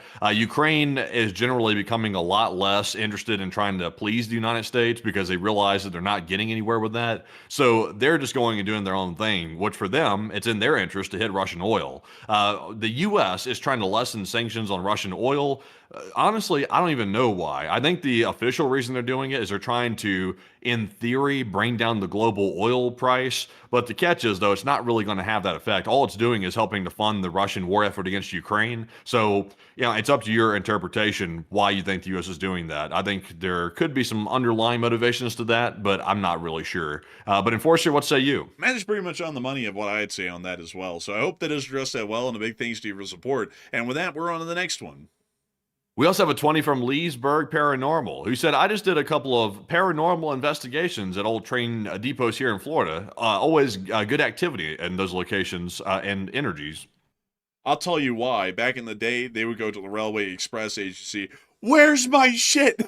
Where is it? It's been 3 weeks. It was supposed to be here a week ago. Like, that's probably why, I would assume. Because back in the day, the Railway Express Agency, if y'all don't know, folks, was basically like the modern equivalent of like UPS or FedEx or Amazon. Everything was basically shipped that way. So anything important generally would be on an REA Express car, and might not show up, might get lost in transit, like stuff is these days. And so I bet you that's why there's intense activity around there. A lot of people are still trying to figure out where their Railroad Express Agency packages went, because they're still missing. So I hope that does address that well. A big thanks to you for support and helping this channel to keep on running. And with that, we're on to the next one. We also have a 10 from Craig Jones, who said, what would you do now if World War III broke out next month? Honestly, I would seriously consider going and signing up for the military. No joke, because I would want to get in there before they start drafting people, so that way I can have a hope of being able to select my occupation in the military. I would go for the Air Force personally if it were me. So that's what I would be probably doing. But that's if it was clear that the United States was about to get involved in that situation, which we'd probably be getting involved, because we're probably going to be the ones that started in some way or another. So I imagine we'll be involved from day one. But Enforcer, what say you? Wait a minute, Andy, you don't want to be in the infantry? No, not really. Why, you don't want to be in the meat grinder units? Like, what the hell's wrong with you? Are you a patriot? Oh, the U.S. doesn't have meat grinder units. We don't have that. Not yet. Like, not yet, at least. We might at some point in the future, like, depending on how things go. There's always a meat grinder unit somewhere out there. But outside of that, though, generally, actually, funnily enough, folks, that's a real funny thing that happened in the Second World War, is that when Pearl Harbor happened, all of the parents of the kids that went and enlisted in 1941, late 1941, they were all like, "Oh, damn, we're going back to war. There's definitely going to be a draft." And they tell their kids, "Quick, go enlist in the army," because that was the only branch that you could enlist in, and go enlist, because they let you pick your job. And so everybody would go to the army, and they go pick jobs that were non-combatants. So the army started to have an issue with that, because they were like, damn, all these people, like, we have a flood of people who are volunteering, which was great, but there's hundreds of thousands of them, and only like 3% of them are picking the infantry and the combatant roles. So we need to find a way to where we can actually force them into those roles. So then they went to the Congress, the Department of the Army did, and they actually requested that the Congress make it to where the Army could not be volunteer, and it was also put into the draft pool only, to where they would only take in draftees from that point on. And then the Congress obliged that in early 1942, and from then on, you couldn't actually enlist in any of the services. You had to just wait for your number to be called in the draft, and then you would go into what branch they told you were going to, and what job you were going to go into as that branch dictated. So generally, if a war starts, it is actually probably most preferred preferable if you don't want to be in a combatant role to enlist in the army and then pick a non-combatant role. That's that's basically like the trick, because the Air Force and the Marines and the Navy doesn't actually allow you to pick your job. You get to put your preferred ones on there. But if they sit there and go, like, if you get drafted in the Marines, or you go and like enlist in the Marines, and in the middle of basic the Marines get slaughtered somewhere in a battle, they're gonna go, oh shit, hey, that guy who was going to be like in pipeline maintenance, he's now going in the infantry, and they just switch your MOS, and you're now in the infantry in the Marines. So, that's generally why you want to do the Army, is because with the Army, if they're not drafting yet and they haven't been put into the draft pool with everyone else, you actually get to pick your job, and you get to pick a non-combatant role, which is generally the cushiest thing that you can do at that point. Hey, but at least with the Air Force, you get a dream sheet. You get to, put down some options that you'd like, and you usually get the one you don't want. Yeah, that's true. I mean, at least they give you the illusion of choice, but the Army really gives you choice, and that's the best thing about the Army, is that the Army isn't going to be like the Air Force, where it's like a gravy train basically that you're living on. But at the same time, you get to pick your job, so you could pick something that isn't going to be combat related, like some sort of a technician or a mechanic. And that would generally be far enough behind the lines that you're not going to be under fire every day, 24/7 on a frontline rotation for like a month at a time, or a couple of months at a time if things got pretty bad. So I hope that addresses that well the best I can. If World War III broke out, though, I actually wouldn't be accepted. My scoliosis, and also, now that all of y'all know, my blood pressure are two factors that would generally knock me out of service. Two waivers. The scoliosis, man, is not waiverable. It's too severe. Oh, everything's waiverable with enough good thinking. We can get waivers for that. Get you a shaven profile, get you some waivers. We can get you up in there. Yeah, the recruiters always bullshit about that. But like, truly, the scoliosis isn't waiverable. So I would have to sit around, folks, and wait for the Congress to go, okay, now all the people with these quote unquote disabilities, they are now draftable, and then I would have to be at the mercy of the drafting pool at that point. So I just have to wait for my number to get called up eventually. But Matthew could actually volunteer and generally try and go his dream route, as he would see it, to be able to figure out what he would want to do. Because I'd have to be honest with y'all, folks. I mean, being in the infantry isn't really grand, because in the infantry, you either will get a Medal of Honor, or you'll get a pretty decent medal at some point for valor or gallantry in the face of the enemy. But the most chances are is that you're probably going to end up getting ground down if we're talking about something like the Second World War, and you're not going to come home. Because that happens to a lot of people, especially when they go and volunteer at the very start to be in the infantry. It's a meat grinder at the start. You really only have a chance at making it in the infantry or some sort of a role like that if you get into the war towards the latter end of it, and you're in the infantry, and you somehow just made it through being in the infantry. So I hope that does address that the best I can. And with that, we're on to the next one. We also have here a 5 from Volter. He said, "You're the single reason I'm staying up until 7 a.m. So 7 a.m. He's in Poland. You're in Poland? Poland, cool. Like, I gotta say, I love Poland. They have this wild obsession with beavers. Do you know that, Matthew? Really? Yeah, like they go around going, Poland. Like, I don't know what it is. Let me go pull up, like, the Polish beaver. Let's see. Also, by the way, we got super chats to get to. We got several more. But I gotta show you, dude. They have like this whole merch thing going on with beavers and stuff. It's like a big thing for them. Oh wow, they are angry looking too. Look at that Polish. Look at that, holding a flag and everything. That's crazy. Man, I gotta say, I love Poland though. Poland's a great country, one of the coolest in my opinion. But a huge thanks to you for the support and helping this channel to keep on running, and a big shout out to you all the way over there in Poland. And with that, we're on to the next one. We also have a $50 support from none other than Cerebrus3 yet again, who said, "In my budget, I set aside a certain amount between different donations to educational entertainment and local communities, and I'm volunteering at a couple of places tomorrow, so won't be able to help charity tomorrow, and feel free to decide how to use it." And I gotta thank you so much for the support, Cerebrus3, and I gotta say, best of luck to you tomorrow helping out in the community. And we will try our best to figure that out. And so a huge thanks to you so much once again. I hope that does address that well. And with that, we're on the next one. We also have here a $5 support from Chaos Reigns All, who said, "Interesting fact, the U.S. isn't the only country with scientists going missing. China has had about 9 scientists go missing, etc., in about the same time frame." I'll be straight up. They're probably just getting killed, like all over the world. I'm sure there's some intelligence agencies trying to kill off the Chinese scientists. There's intelligence agencies trying to kill off ours. Generally, those sorts of people are usually kind of on up there on the priority list to get whacked, because their knowledge, expertise, and skill sets are incredibly important in advancing a country in meaningful ways, as far as giving them an edge against their enemies. So I would hope that we're able to give these people some proper security so that way we're not seeing that all of our top scientists are just getting whacked by some foreign intelligence agency, because otherwise we're not going to be in a good situation if more of our guys are getting, basically rinsed every day than their guys. That's not really a good position for us to be in strategically. But I hope that does address that the best I can. And a big thanks to you for support and help this channel to keep on running. And with that, we're on to the next one. We also have a 5 from Craig Jones. He said, what would you do if war broke out? If war broke out, I would probably just continue doing what we're doing right now with the reporting side of things. And, of course, because I'm not draftable, because right now I'm low quality meat for the meat grinder. I would just have to wait for them to eventually lift the requirements and start increasing the age brackets, because by then I'd probably be 25 or 26 or so.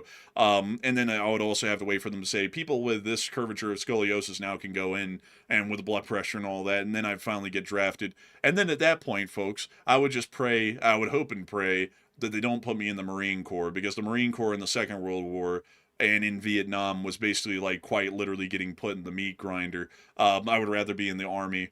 If I had to go in one or the other, folks, just being honest, if I had to go into one branch or the other, historically, if we're going off of what Vietnam and World War II looked like during the draft, the Army was a lot better of a position to be in than the Marine Corps. I'd still be proud to serve either way. It's just that, I would like to kind of hedge my bets to where death is not as much of a certainty as it would be. But anyways, with that, we're on to the next one.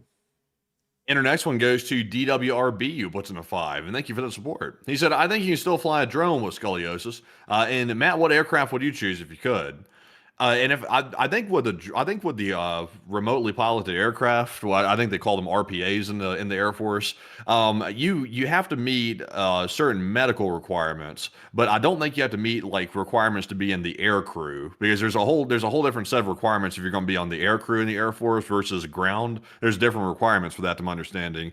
So you start to meet certain requirements. But I don't know exactly what it is. I know you had to have a 65 on the ASVAB or higher to do that. I know that fact, but I don't know about the rest. But if I had to choose an aircraft, though, I would probably say F-22 Raptor. Like if I could fly one, I'd want to go with the big one. I would want to go with the Raptor personally, just because it's fast and you can fly it crazy too. The Warthog is cool. It's a little bit too slow. I'd want the fast one. But Enforcer, what say you? I would say that I would be able to fly a drone. I would never be able to fly. Scoliosis really does disqualify you from flying for the most part completely. Like, there's no way they would be like, yeah, that's waivable, because you could end up getting crippled in some situations with scoliosis in some scenarios. But outside of that, though, I would say, yeah, I definitely could fly a drone. Maybe I could be in the drone forces like they have in Ukraine. Maybe that would be a reality for me. But a big thanks to you for support and helping this channel to keep on running. And I hope that has addressed that well. And also, I see a lot of people saying, go Air Force, go Air Force. But if the draft happens, though, and I'm not physically fit for volunteering, and so everything is shut off and is draft pool only, I don't get to draft. Well, I don't get to enlist. I just have to draft at that point and wait for my number. So at that point, you really don't get to pick, and how it works is that they're generally trying to replace those who have died, especially when we're talking about a major conflict. And as far as attrition rates would be concerned, there's going to be far less people dying in the Air Force than there would be the Marine Corps and the Army. And even the Navy, but the Navy would also be similar in the Air Force in that regard, because they wouldn't want to lose capital ships for the larger part every day of the week, because we'd run out of them pretty quickly. So you're most likely going to get drafted because of that into the Army or the Marines, and most likely into a combatant role, because while they don't make up the lion's share of the personnel right now, that's where the lion's share of the fatalities are going to be happening, and we're generally casualties in general that knock people out of service to where replacements have to be called forth. And that means that you're highly likely at that point in the draft going to be put in a combatant role because of the attrition rates within the Marines and the Army. So that pretty much hedges your bets. Once the early phase of the war passes, you're almost guaranteed going to be drafted, if so, into the Army or the Marines and into a combatant position. So with that, we are on to the next one. We also have a super chat here from none other than Mark Ead, and he puts in a $50 support. And thank you very much, Mark, for that generous support. He said, get one from the chat, fellas. LOT, LSA, New Zealand, in the South. And we will make sure to get one in honor of Mark Ead, our viewer of New Zealand in the South. And so a huge thanks to you so much once again. And Matthew, what do we got from the live chat? And in honor of Mark, we have a live chat from Sage Blue, who said, do you think NATO will be at war with Russia by the end of the year? From what everyone's saying right now in Europe, it sounds highly likely. So I would say because of that, I'm leaning towards yes. So big thanks to you for support and helping this channel to keep on running. And I hope that does address that well. And with that, we're on to the next one. We also have a $35 support from Max Shabur. And thank you, Max, very much, Max, for that $35 support. And sorry for butchering your last name. He said, how would you destroy a swarm of fast attack boats in the Hormuz? Another channel suggested using the plane built around a Gatling gun. Not sure if something like that exists. The A-10 Warhawk does exist, and it could be used, but I don't think to great effect because ground fire would be a threat. I would say that an AH-64 Apache with a rack of 16 Hellfires equipped could deal with fast attack boats pretty quickly. A Hellfire is the most cost-effective sort of a round that could be used. I can easily keep up with the speed at which these vessels are moving and strike them fairly easy. So I would say, in my opinion, an AH-64 Apache with Hellfires that could be operated out of the UAE or Oman, depending on which one would allow us to do that. So I hope that does address it the best I can, and a big thanks to you for the support. And with that, we are on to the next one. And our next one goes to Pretzel's Garage, who puts in the 20. And they said, since the price of diesel is high, some engineers on some train line out there are doubling the length of their trains in California. That would be the Union Pacific and the Burlington Northern Santa Fe. Those are real. I know, like you said, some railroads. But let's see. I bet like train lengths being increased has been a fairly common industry standard in railroads for the past few decades. But I've been hearing about that as well because they're always trying to make sure to pad like the very thin profit margins they kind of make, and also keep the shareholders happy because they're a very arduous bunch. But yeah, I've been hearing about that as well, and that's kind of becoming a standard out here where their longer routes are the ones that are generally the primary route, because otherwise the fuel costs will start to get pretty prohibitive. But a huge thanks to you for the support and helping this channel to keep running, and I hope that has addressed that well. And with that, we're on the next one. We also have a $5 support from Taoist Auditor, who said the scientists are getting whacked by aliens because the invasion is soon, LOL. Oh, man. Well, I hope not. But a big thanks to you so much once again, and we're on to the next one. We also have a 3 from Plazoth, and thank you, Plazoth, for that $3 support. And also a big shout out to Uncovered Cube, who said LSA and threw in a 2. And we appreciate you both very much for that support. We also have a 2 from Give Up Now once again, who said, I love Rat Patrol in color. That's interesting and deep, and I thank you so much for the support. And with that, we're on to the next one.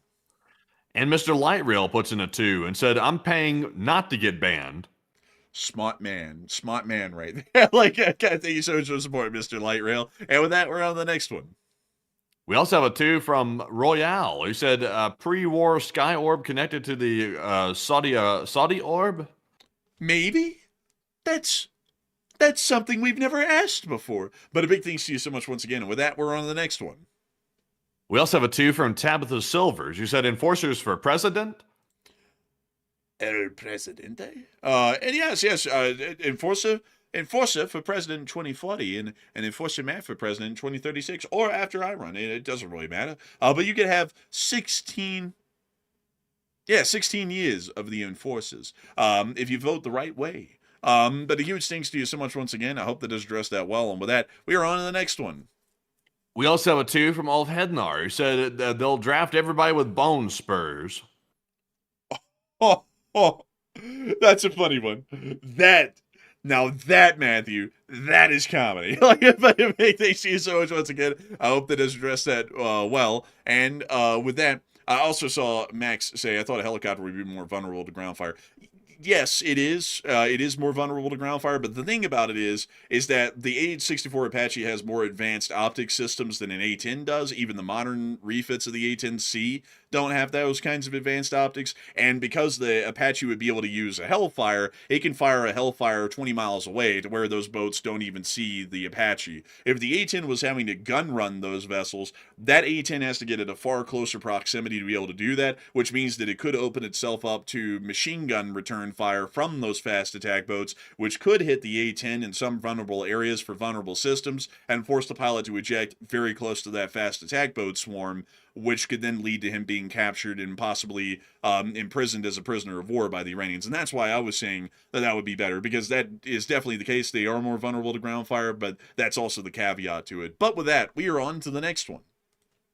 Also have here a $1 support from Little Chris, and thank you very much, Chris, for that $1 support, and we appreciate that very, very much.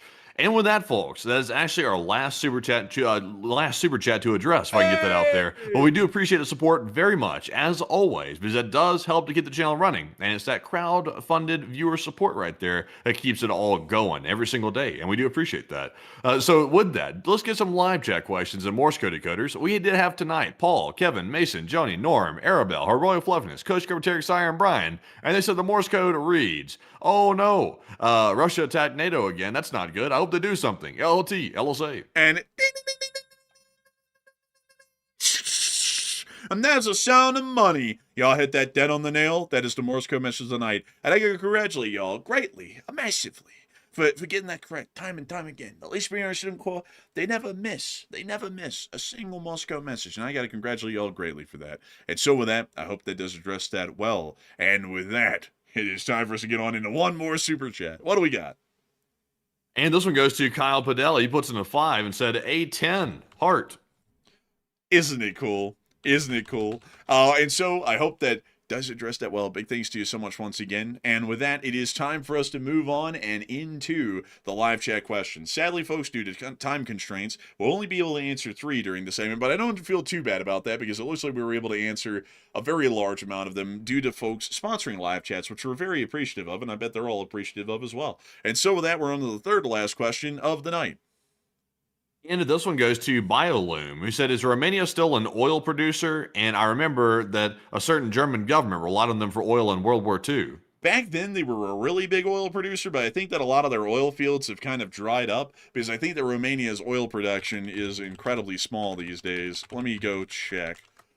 Oh my God, yeah, it's tiny. They only produce 59,000 to 73,000 barrels of oil per day in Romania. So that is quite literally so small on the modern scale, it doesn't even register. Venezuela actually produces quite a lot more oil than they do, and Venezuela is considered a minuscule nation these days in oil production. So I hope that does address it the best I can. And with that, we are on to the second to last question of the night. And this one's going to go to Enforcer Crow, who said, "Do you think that general intelligence AI will stop World War, and whoever has it has a tremendous leg up on their opponents?" I don't think that it would end a world war because everyone always says that this new weapon system will stop war from happening, like the inventor of the Gatling gun and the atomic bomb. But the reality of it is that it only makes war more deadly in reality and actually a lot more horrific. So I would say that if anything, general intelligence AI would probably just make war even deadlier for those who would be fighting it. But a big thanks to you for support. I hope that has addressed that well. And with that, we are on to the final question of the night. And so, who was the lucky last person who threw in the lucky last question of the night? And that viewer is Shinbone, who said, "Would it be possible that the lack of action in the Strait of Hormuz is to force Congress's hand to allow the war to continue on the pretext of world stability?" Oh, it might be, actually. That's a pretty decent question. That might be the case. But I have a feeling like if that is the plan, that's not really a good plan because so far the war has been conducted so poorly. It's very unpopular with the U.S. public, according to polling.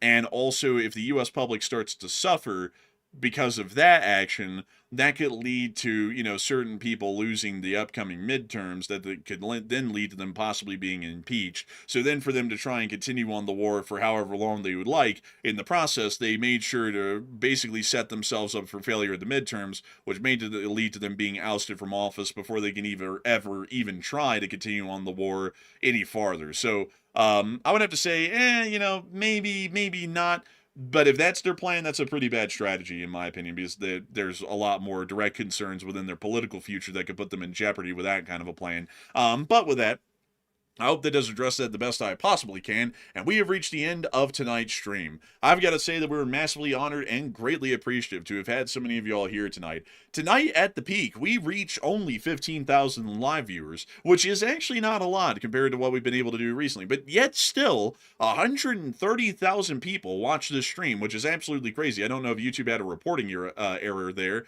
because with that amount of live viewers, the total viewers should have been a lot lower, but for some reason, it's actually the same amount as it was last night, which is, I don't even know how to explain that, but I do thank you all so much once again for watching. It's an absolute honor to have had you all here, and I thank you all once again for watching. If y'all have enjoyed, please make sure to like, comment, and subscribe. We run these streams 6 days a week, every single day, except for Mondays at 10 p.m. Eastern Time, and if there's enough news for a short or video, I'll be the one making the short or video tomorrow. And so with that, good night, good luck, take care, stay safe, Slava Ukraini, Ram Slava, long live the Leaf Spring Army, and long live the Republic.